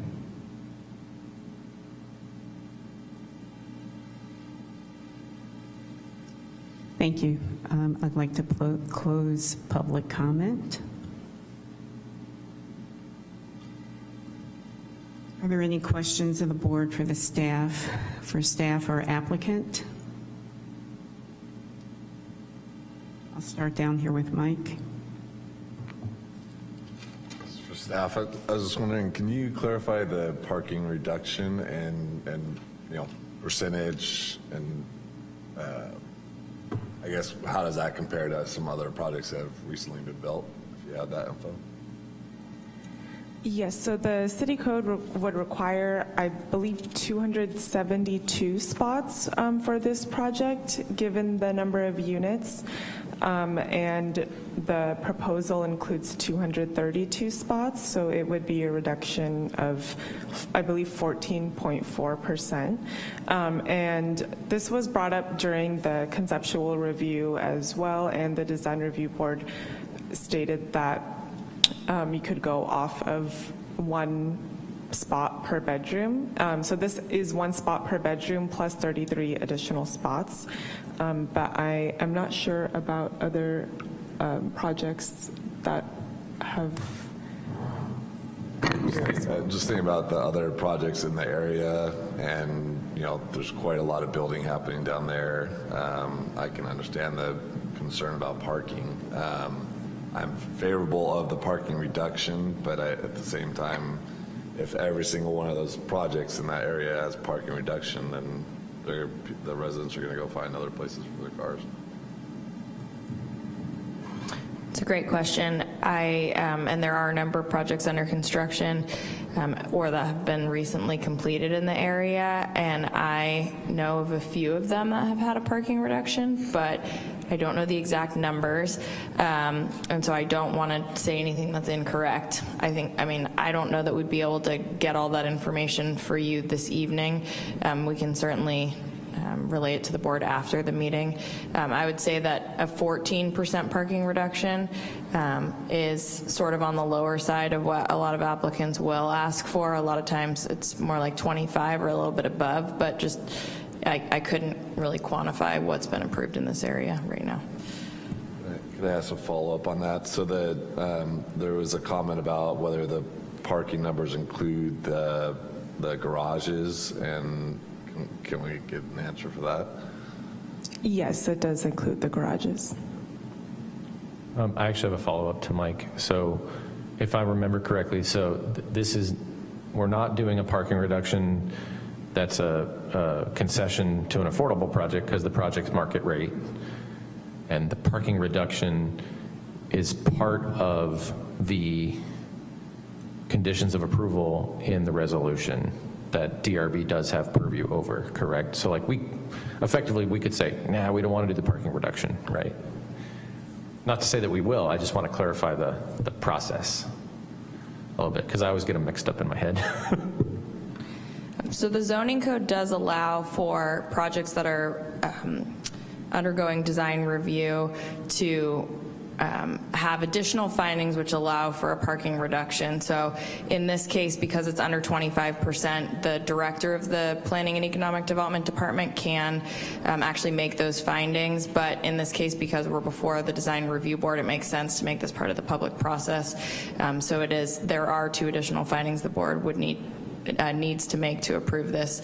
And then, does that answer your question, board member? Vice Chair, excuse me.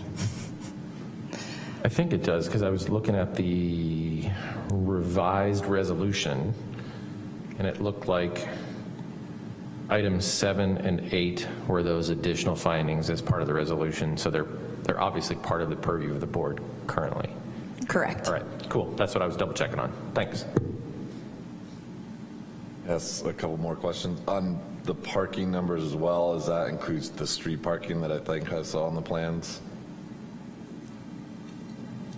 I believe it does not. Only on the property? Yes.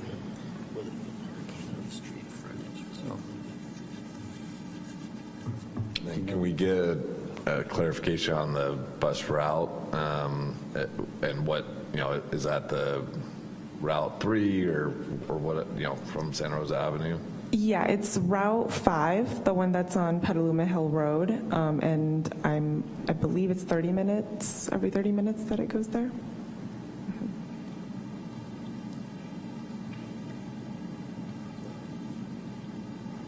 I have 2 more.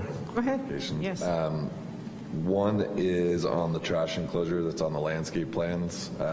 It says that it would be CMU block walls to match the balcony railings around the lower level balconies, but I thought I heard the architect say the railings were wood. So I just can we get clarification on that? I'm going to defer to that. What are the railings on the buildings? What material are they? Are they wood or CMU? There are steel railings at the 2nd and 3rd floor, and there are wood patio surrounds at the 1st floor. Okay. And the trash enclosures are masonry block with stucco finish on the outside. Stucco? Yes. So I actually had a question about that, Mike, too. So that appears to be a conflict to the landscape plans. Landscape plans show split face CMU wall to match patio walls, color to match. I think that's what you keyed off on. So I guess we have a conflict in the documents a little bit. So which is which? Yes. So I went the wrong way. the materials change, so we will be stucco on the trash enclosure. So CMU, backup wall, stucco finish. Yes. Cool. Yeah, one more. No, that's okay. So on the landscape plan, overall, I think the tree coverage and the amount of trees on site is appropriate. But looking at the landscape plans and then kind of comparing them to the civil plans, there's quite a bit of storm drain pipe going throughout the site because, as the art civil engineer said, everything kind of goes to the west. And so just a concern on my part that for final design review, that we're approving, a landscape plan with the quantity of trees that we have, which I think is appropriate.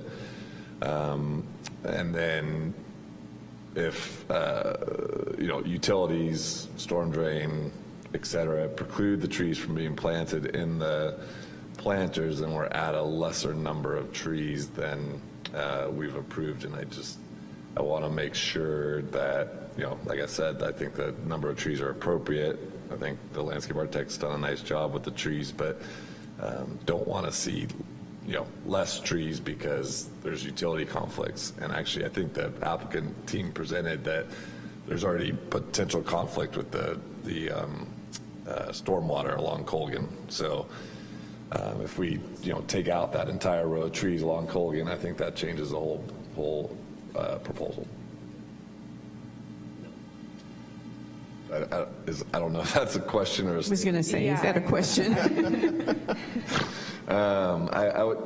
The question to staff, I guess, is how do we ensure that what's presented here before DRB actually is what gets implemented as far as a landscape and tree canopy? The project is conditioned to include the entire tree preservation and landscaping plans again at building permit submittal. And I believe that if that were the case, we would enter mitigation with tree.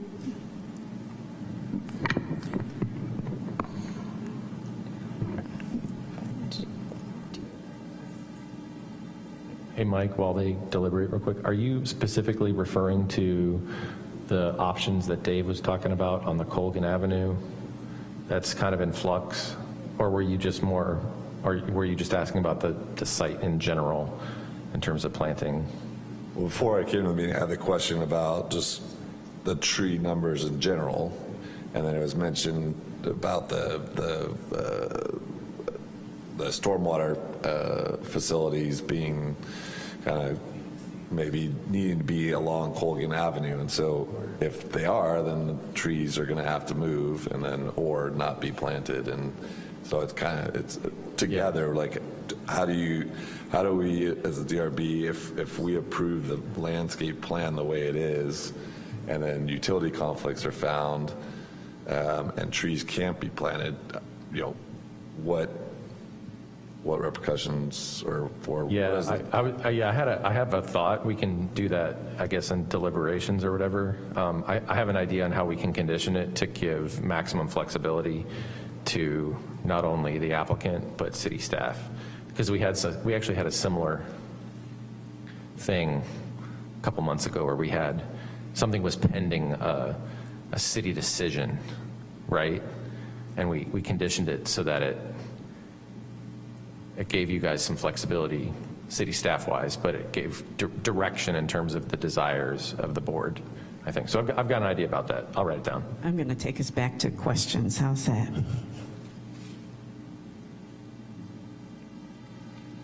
Okay.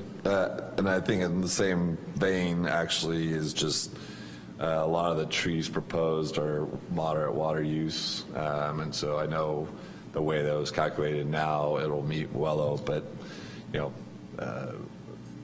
it's only, I think it was like 3,000 square feet of moderate water use, and they're pretty close to their Wellow, or their MAWA. And just, again, if they have to change the trees to a low water use tree to meet Wellow, Is the applicant stuck to that? So maybe Drew, you can help me later. Anything else? Figuring out how to do that. I don't think I have anything else at the moment. Ernest? Yeah, I just have one quick question. So was it mentioned that there were going to be, that TCAC was involved in tax credits related to that, or was there not? I thought I heard that mentioned at one point. You're talking about our attempt at getting affordable projects on this? Mm-hmm. Yeah, so it was basically frustrated by the fact that it's not a high resource area designation by TCAC in Sacramento, and because it isn't, there's no conceivable way that we could have gotten tax credit financing. Okay, so it's not applicable here then? Yeah. Got it. I think that was the one question that I had that would have led to other questions, but we're good. Thank you. Nick? I had questions about the trees, but they've been asked. Thank you. Adam? Okay, thank you.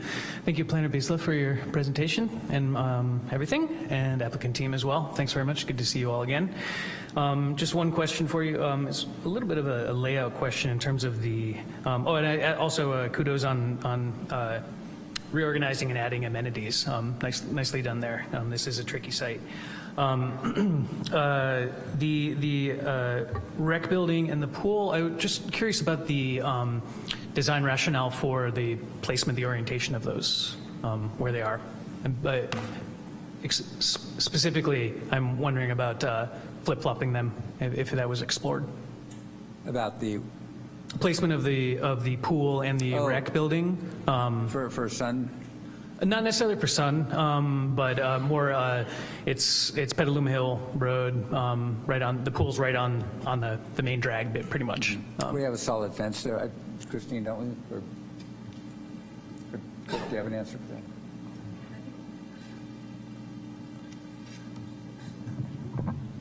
I think there was some discussion about adjusting the building to the frontage, but really wanting to create that welcoming corner for the rec building and the adjacent room, and creating that just kind of synergy between the two, so it made more sense to have the building pulled in. Mm-hmm. We do have a solid wall on the Petaluma Hill Road, and we'll have landscaping there to soften it, so we thought it'd be a nice green amenity, and it would likely get more use on the interior of the site, the actual rec building itself. So the rec building, not the pool.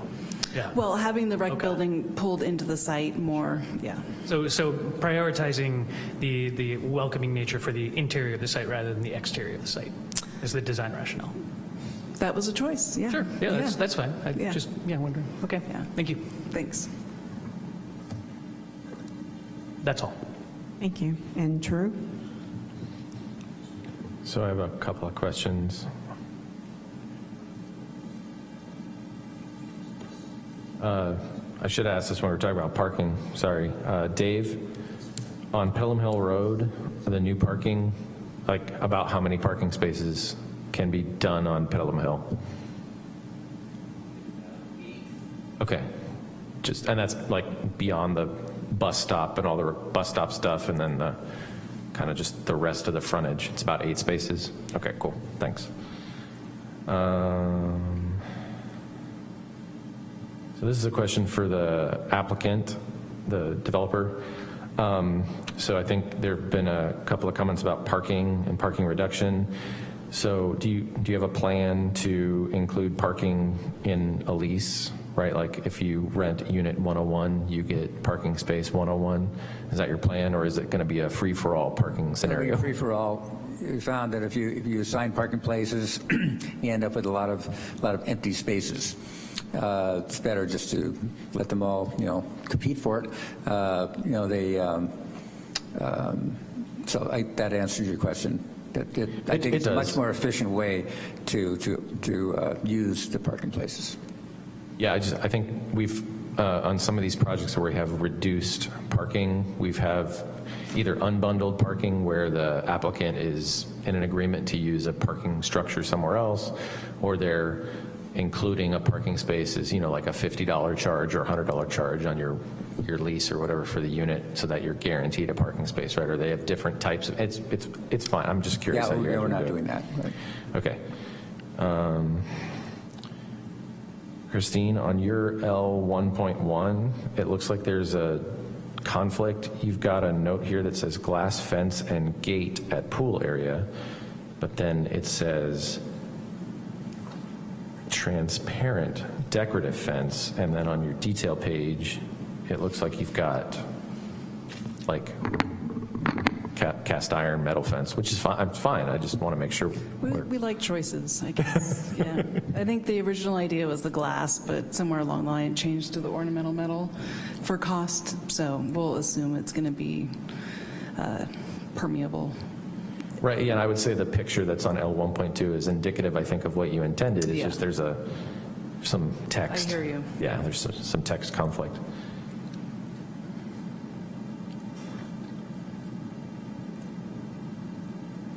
Okay, so typically for a project of this size, a light analysis is required in terms of how much light is being broadcast on the site and the design of all the various building-mounted light fixtures and also site fixtures. I'm seeing the site fixtures in the landscape package, but there's really nothing on the building fixtures other than a call out on some of the elevations. Have you guys looked at light pollution? I know it's required as part of the building permit process, but have you looked at all that to date?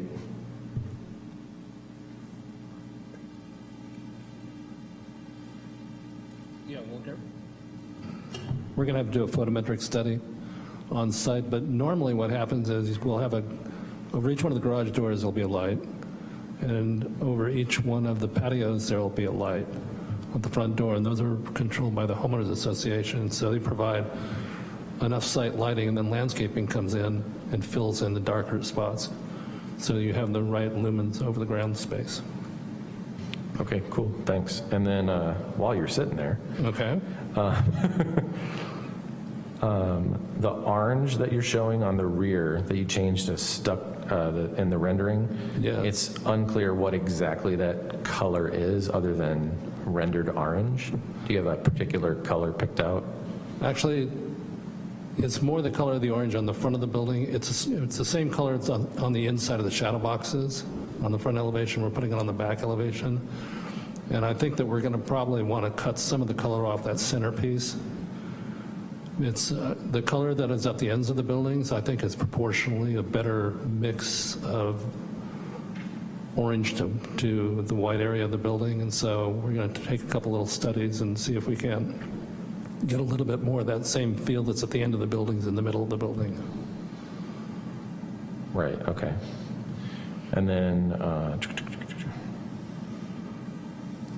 the roof change on the amenity building, you originally had I was reading one of the documents, you had a standing seam roof and you've changed it to asphalt shingle.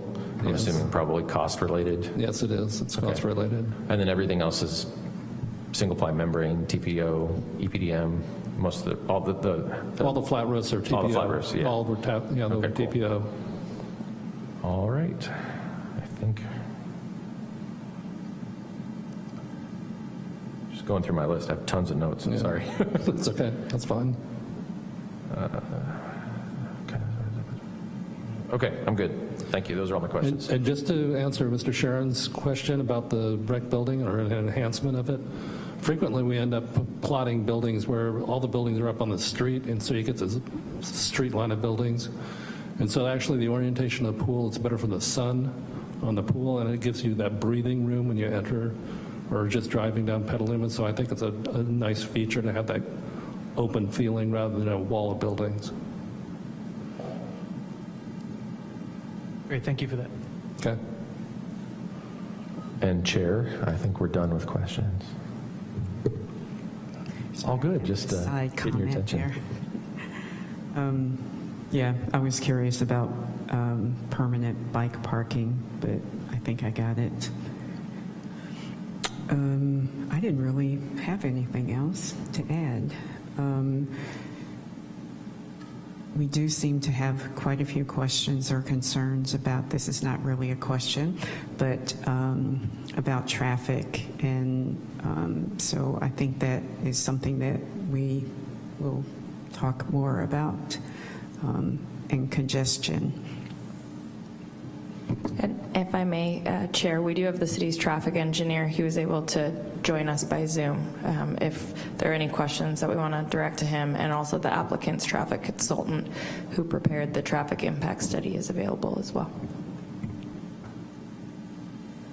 I think that would be good. I think there are some questions. Perhaps Mike's question about Colgan Road, is that the name? Is that pronouncing it correctly? The stormwater treatment stuff on Colgan, and trees or parching. Traffic coming into Colgan Road, I think that was a question from one of our calls. Is there a response to that, or how it will be addressed? Increased traffic there? Yeah, our traffic engineer is on the Zoom. If you have a question for him specifically. Well, can you tell me his name? That's Mike, I'm sorry, Zach Matley. You see him on there? Yes. Zach, you're unmuted if you want to answer that question. Excellent. Good afternoon, board members. Zach Matley with W-Trans in Santa Rosa.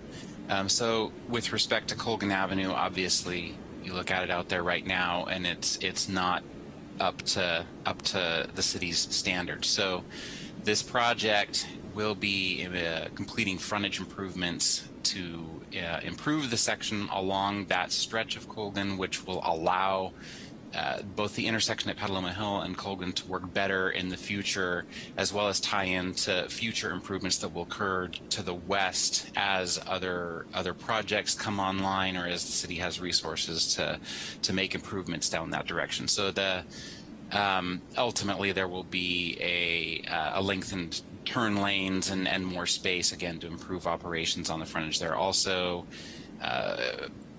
sidewalk improvements along the frontage as well. So while this project wouldn't be taking it all the way down to Santa Rosa Avenue and cleaning up the whole thing, it is, improving its frontage and making it so future improvements will dovetail into it and make that stretch function better.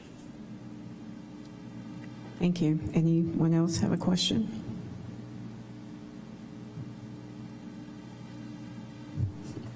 Just had a question again about the parking reduction and going down 14.4%. And then also I think Drew asked it about sign parking.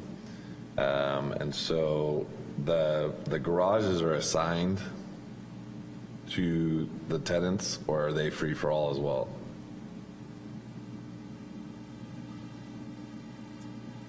Question for the applicant team. Well, number one, the garages don't have doors into adjacent. No, that's not true. Some of them do have doors adjacent into the adjacent units, but not all of them do.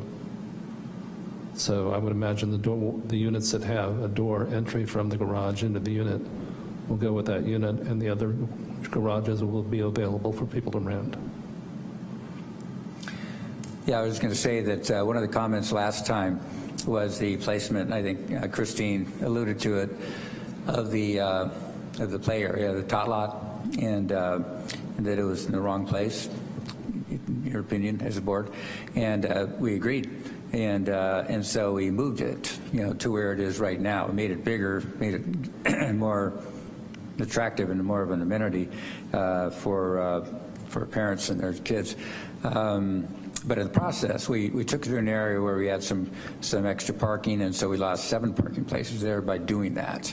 We think it's an improvement to the project, and that 7 was, was a I don't know what that would have taken it down to, but it would have taken it down to 12.5 or something like that percentages as opposed to 14.4. We felt pretty comfortable with that because we were pretty far underneath the 25% that's allowed typically for a minor variation.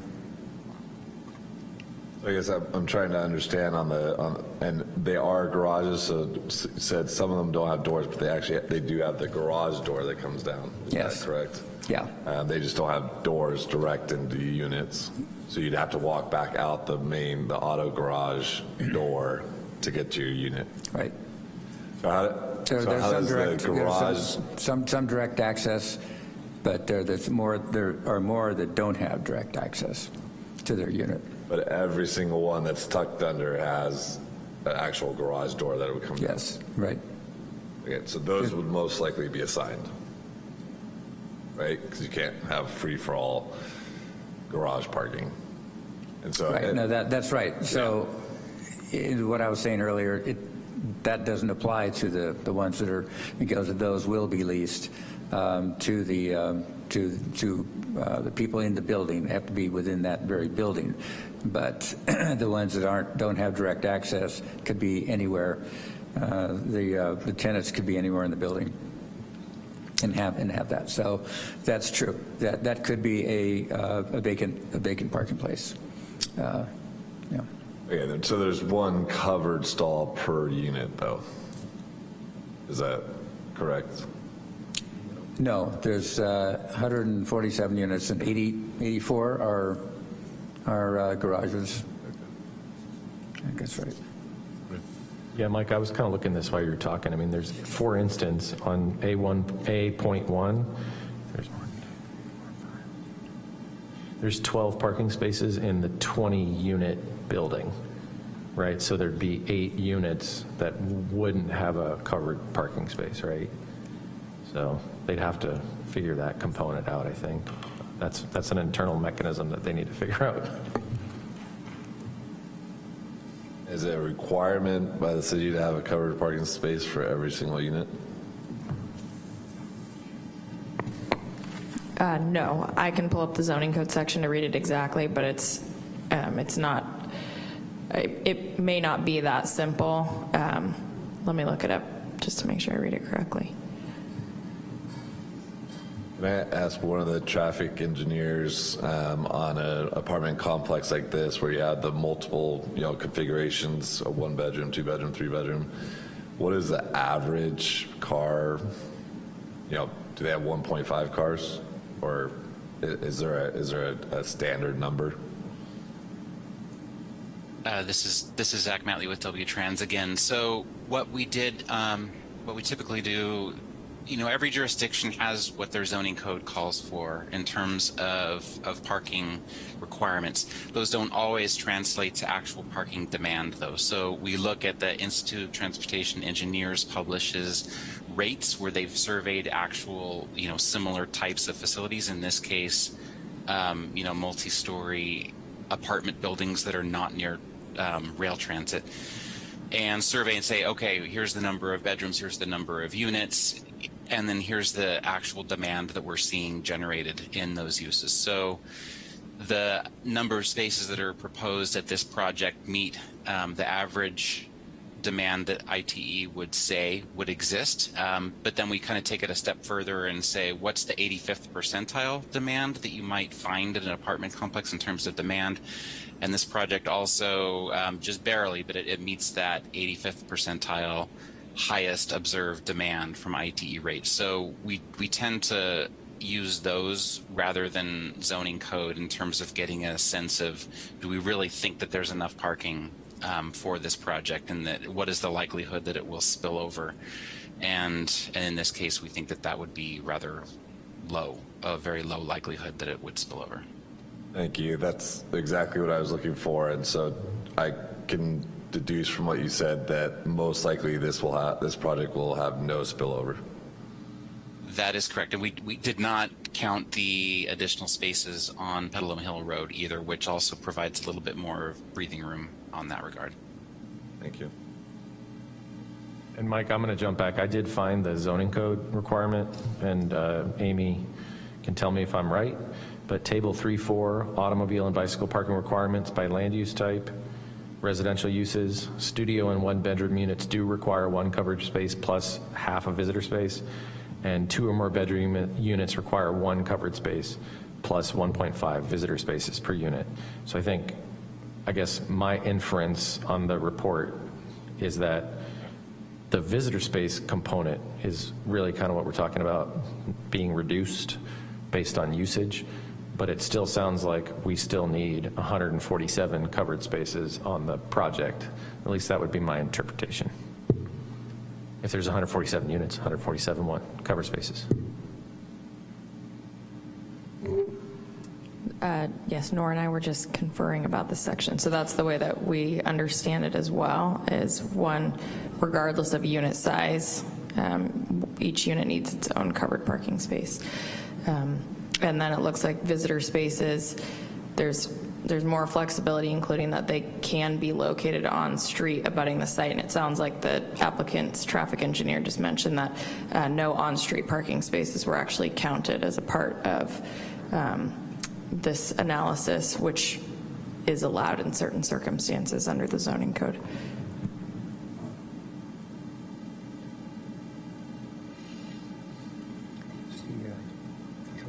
And then you do a call the carport. So it sounds like. Yeah, put a carport in. So I think we've identified that we need some additional covered parking spaces. Nor, I think, can talk about the number that is it 80, how many spaces they currently have in the garages? Yes, so they currently have 84 covered parking spaces with the garages, and they would need 147 to meet one per unit. That'd be 63 carports. Yes, so 63 carports. Normally, we would do carports to satisfy this, and you're going to end up with solar collectors on those carports and meet the zoning or the solar requirements. So it's a catch-all for both those.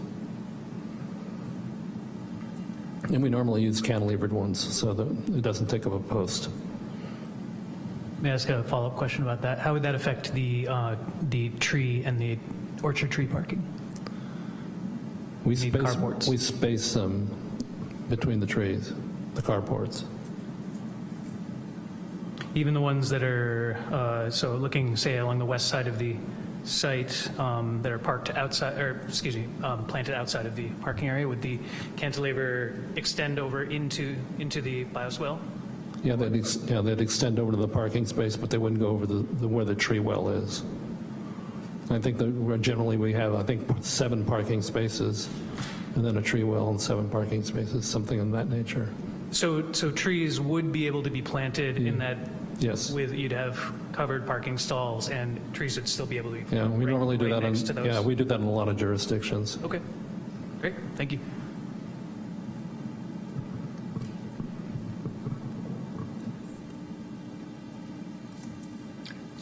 I've lost track of where we are. Okay. Would someone like to make a motion for resolution? I'll take a stab at it because I'm going to actually just straight up add some conditions right away. So I'd like to make a motion to approve Mosaic Apartments, EIR previously certified by City Council, Design Review Major, 1683 Petaluma Hill Road, DR 20-051, waive the reading of the text with the following conditions. Shall include 147 covered parking spaces. 84 are currently included in the proposed plans in garages. An additional 63 carport-styled covered spaces shall be provided with the potential to include solar collectors. The trash enclosure design shall be CMU backup wall with stucco finish to reflect building finishes. Fencing at pool shall be ornamental metal per details shown on L1.2. And here's the one I tried for you, Mike.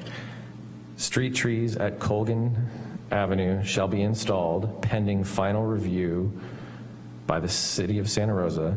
Deletion of street trees is not a desire of this board. So just one question.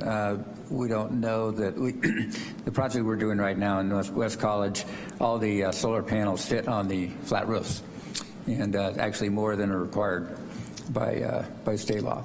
And as far as the covered parking is concerned, the non-garages, are you sure? I mean, is it certain that the way I read it, required by yeah, the zone? way I wrote it is the potential to include solar collectors. It gives you the flexibility to put it on the carports. No, I'm just saying that we don't need the carports to fit all the solar. In fact, what we're doing right now on the flat roofs exceeds the amount that we have to put on. But what I'm saying, I guess the question might, as far as the covered parking is concerned, the cantilever, are you certain that is a part of the zoning code? We have to comply with it anyway, right?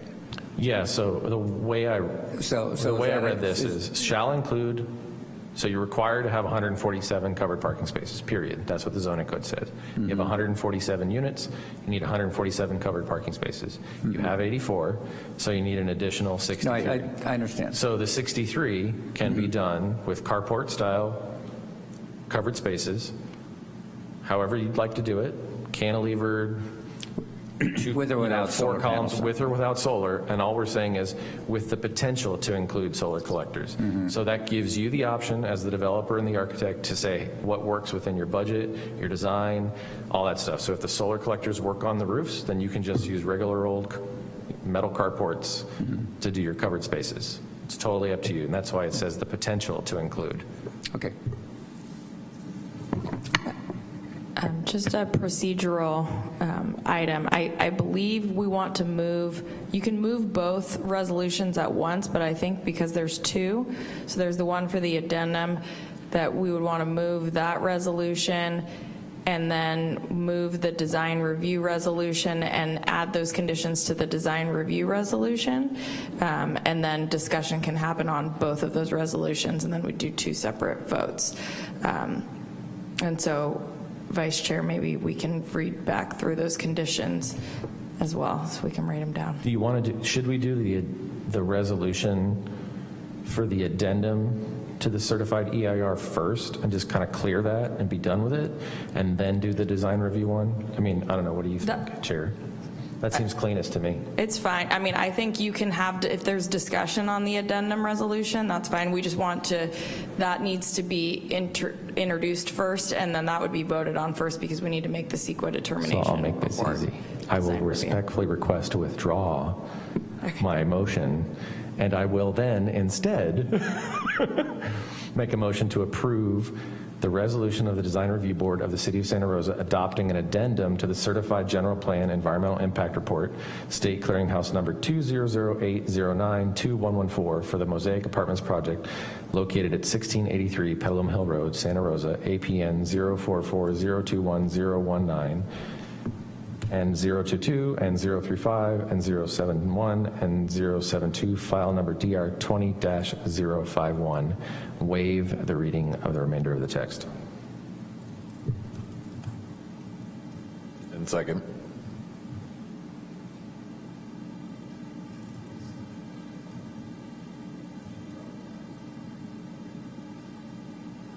Does anyone have any discussion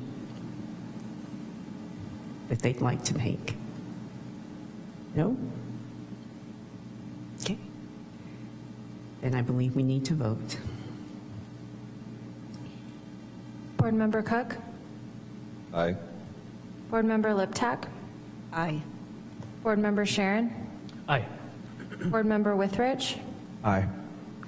Vice Chair Weigel? Aye. Chair Jones-Carter? Aye.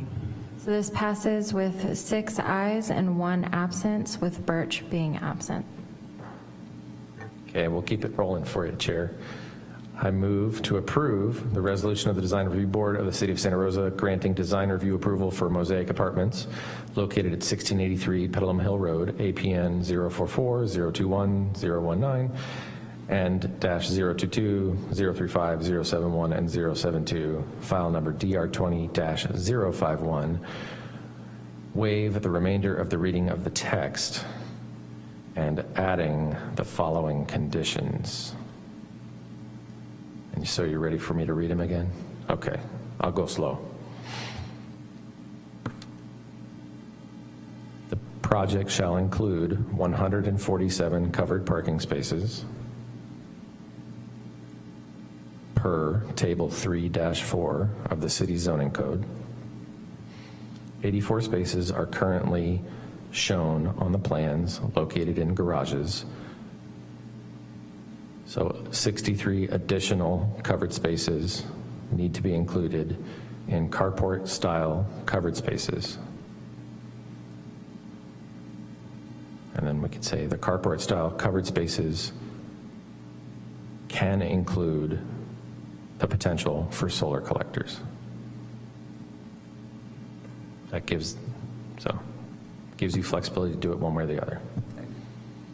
Because I think if we don't give you the ability to put solar collectors there, staff may not be able to do it, right? Because it's a design thing. Anyway, trying to help you out. You ready for the next one, Amy? Okay. Trash enclosure design shall be CMU backup wall with stucco finish to reflect building finishes. Because we don't have the right design of that in the plans currently.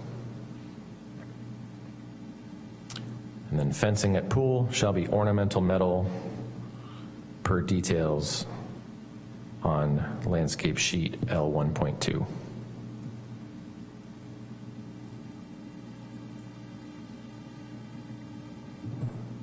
You ready for the last one? Okay. Street trees at Colgan Avenue shall be installed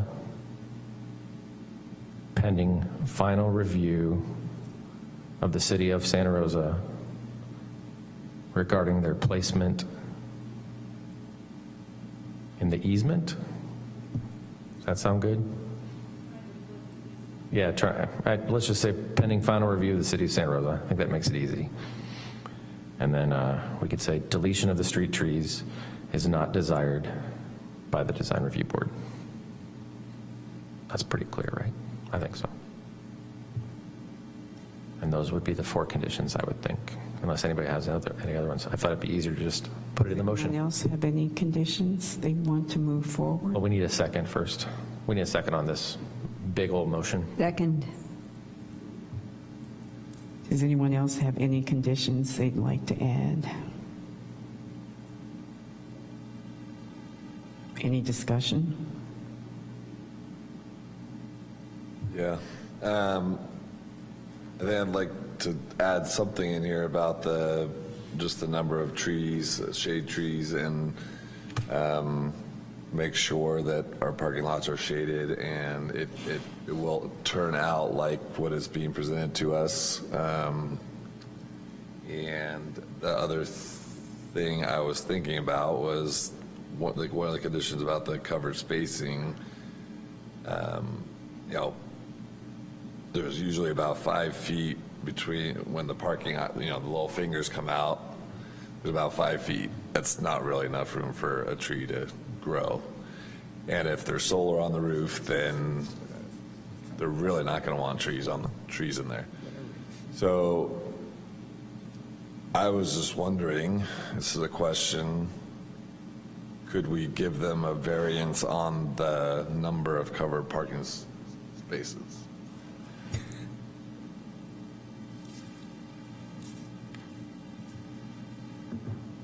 We're giving them a variance on the number of parkings, total number of parking spaces. Yes, I mean, that is something that the city can do, but we would need to, I need to look at the zoning code to see, a variance is technically, it's a different type of planning application. And so I don't think that a parking reduction would include the number of covered parking spaces, but I need to think on it for a second. So I would agree with you. I think I'd agree with Drew too, that the 1 parking stall per unit covered is required, and then we're giving you a reduction of the guest spaces. So right. Okay. Then I guess the only other thing I'd like to consider with the board is just the tree canopy percentage on the site. Is there a way for us to incorporate, including what is presented in front of us, or, Are you saying you want to make sure that the landscape plan that is presented is the final package when the project is built? Is that what you're saying? Yeah, I'd like to see the number of trees that are being proposed in the landscape plans be the final number of trees that's actually planted when the project's done. Okay, regardless of what happens on Colgan Road, you want 100 trees if the plan says 100 trees? That would be ideal. Okay. I've got an idea. Christine, how many trees you got? I know. It's on the plan.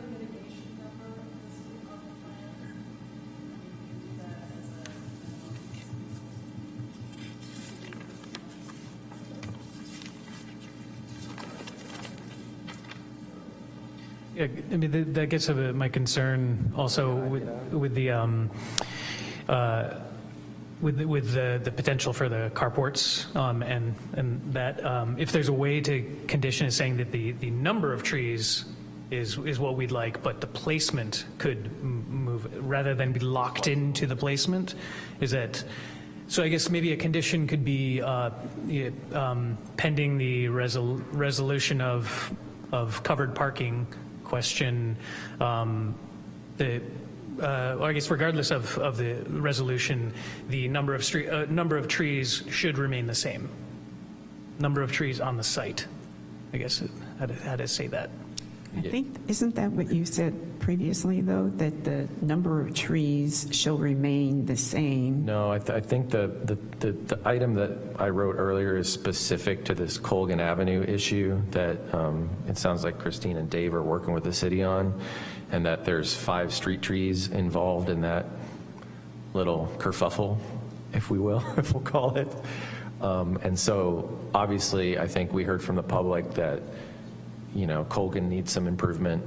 Obviously, the frontage of this project's going to improve Colgan, and it should include street trees if possible, but there seems to be this, where is the underground storm drain structure, and if the trees will impact that, obviously I don't think you as, civil engineer would want to put trees over something that could damage infrastructure, right? So I think the team wants to include the trees. We just need to give them the flexibility to include it and also state. But it's 2 separate things, right? I guess. Total number of trees on the entire project is kind of one item. The 5 street trees on Colgan Avenue is another specific item. And both are valid to call out. I would agree. I'm going to suggest, because it sounds like we're having some tech issues, that we take a brief recess and we can think independently maybe about how this might work. We can't have conversations while we're not on the microphone, but just a few minutes for some tech issues. Thanks. Need a 5-minute recess or longer? Recording secretary, is 5 minutes reasonable to start? Okay, thanks. Yes, that's fine.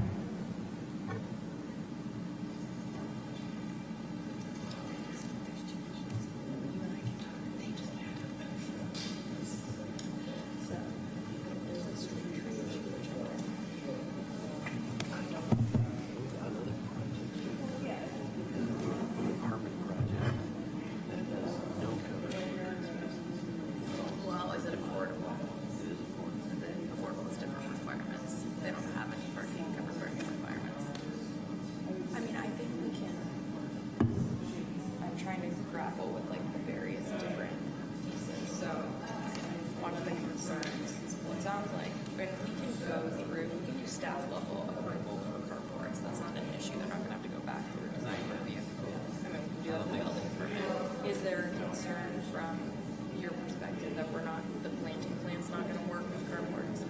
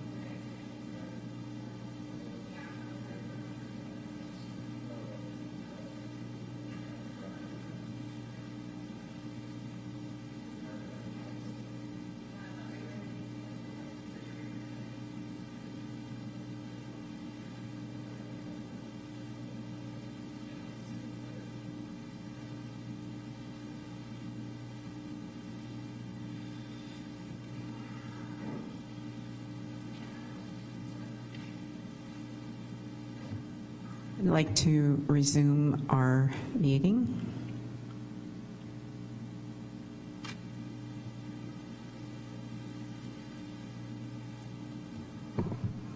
Chair, the applicant team has just a suggestion related to the condition for trees, if they might just speak into the microphone. Thank you. Sure. Thank you. Yes, so right now we show 119 trees for mitigation is what we're showing on the mitigation. That's a combination of large and small trees. Total on the site, just from my count, we have 162.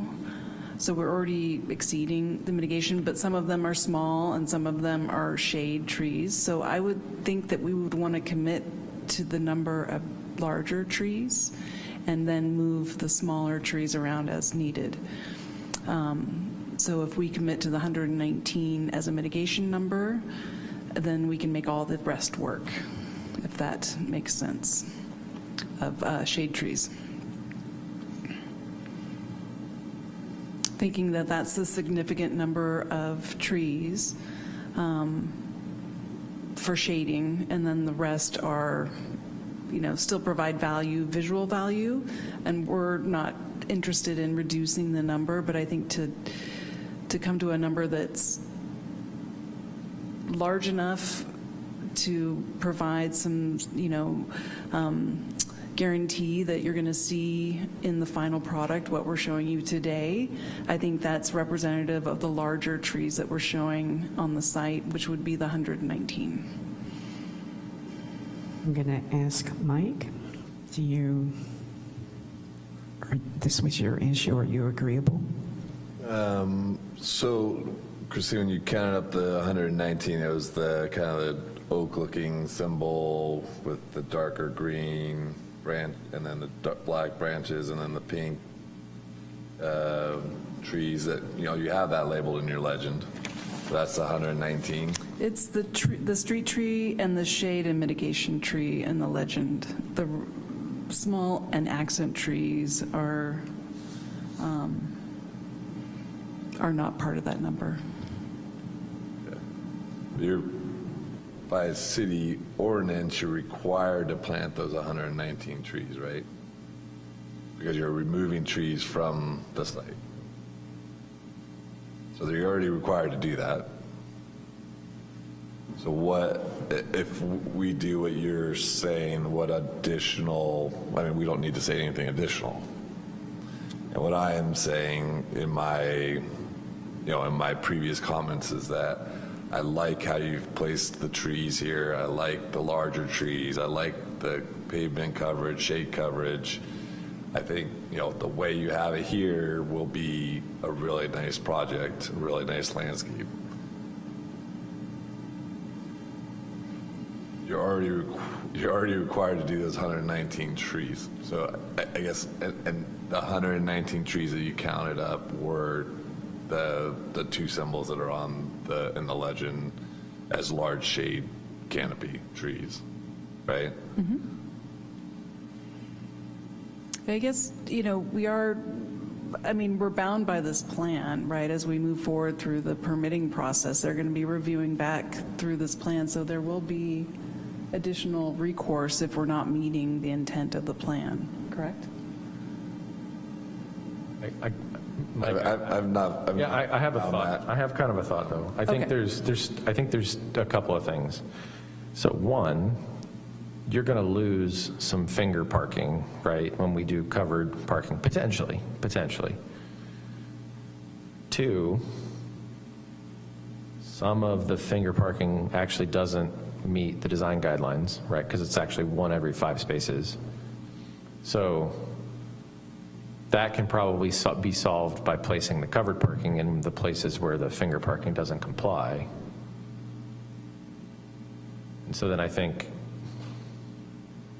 what Mike is maybe trying to get at is, so you have 119 required trees that you have to do.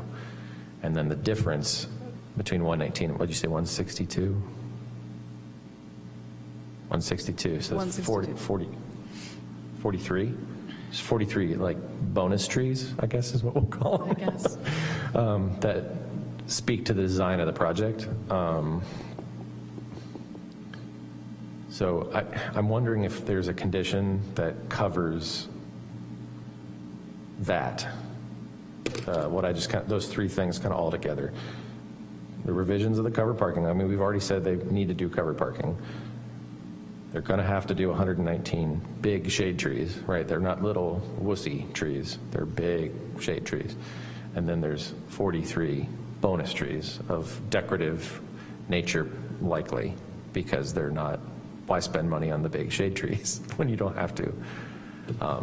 So does that sound about better, Mike, to you, to try to get what you're getting at?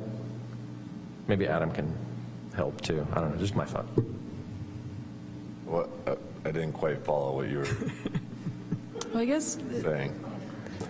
So we have non-compliant finger parking on Building D and against the tot lot, I guess. The west side finger parking is pretty good, and there's some finger parking at Building H that's close. But I think the major deficiencies are along Building D and at the tot lot, and that may be a great spot for covered parking instead of having to reinvent the wheel, right? Just putting some covered parking in there. I kind of feel like we're going off into the weeds here. And we might be, yeah. And so how about if we just say we need to have 119 large trees to provide per plan? That's actually a really good idea, Chair. Because there isn't resolution language about this, but that's a really good idea. Shall provide trees per L 1.0. Okay. And that's done. It's non-negotiable, provide the trees.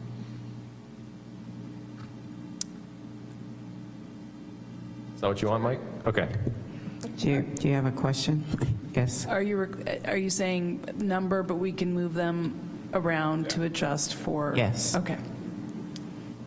I think the way you could write this, Amy, is shall provide trees as indicated on sheet L 1.0. Landscape architect has 119 flexibility to relocate trees as needed to meet other design requirements. But make sure you put the number in, please. Does anybody have anything else?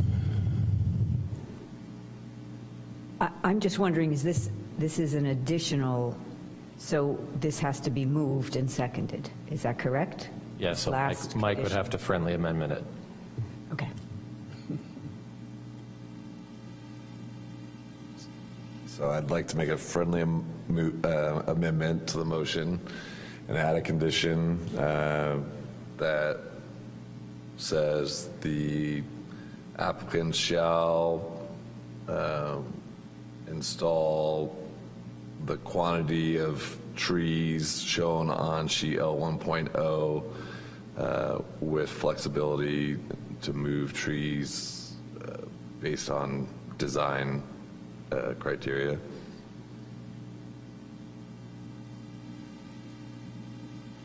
You need a second?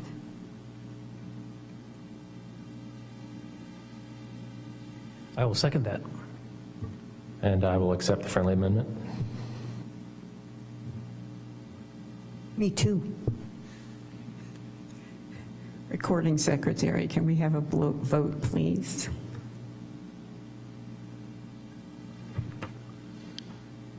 Board Member Cook? Aye. Board Member Liptak? Aye. Board Member Sharon? Aye. Board Member Withrich? Aye. Vice Chair Weigel? No. Chair Jones-Carter? Aye. So this motion passes with 6 ayes and Board Member Birch absent. Thank you very much, and good luck with your project. And This meeting of the Design Review Board, please note, this action is final unless an appeal is filed with the Planning and Economic Development Department within 10 days of today's decision pursuant to Zoning Code Section 20-62.030. This meeting of the Design Review Board is now adjourned.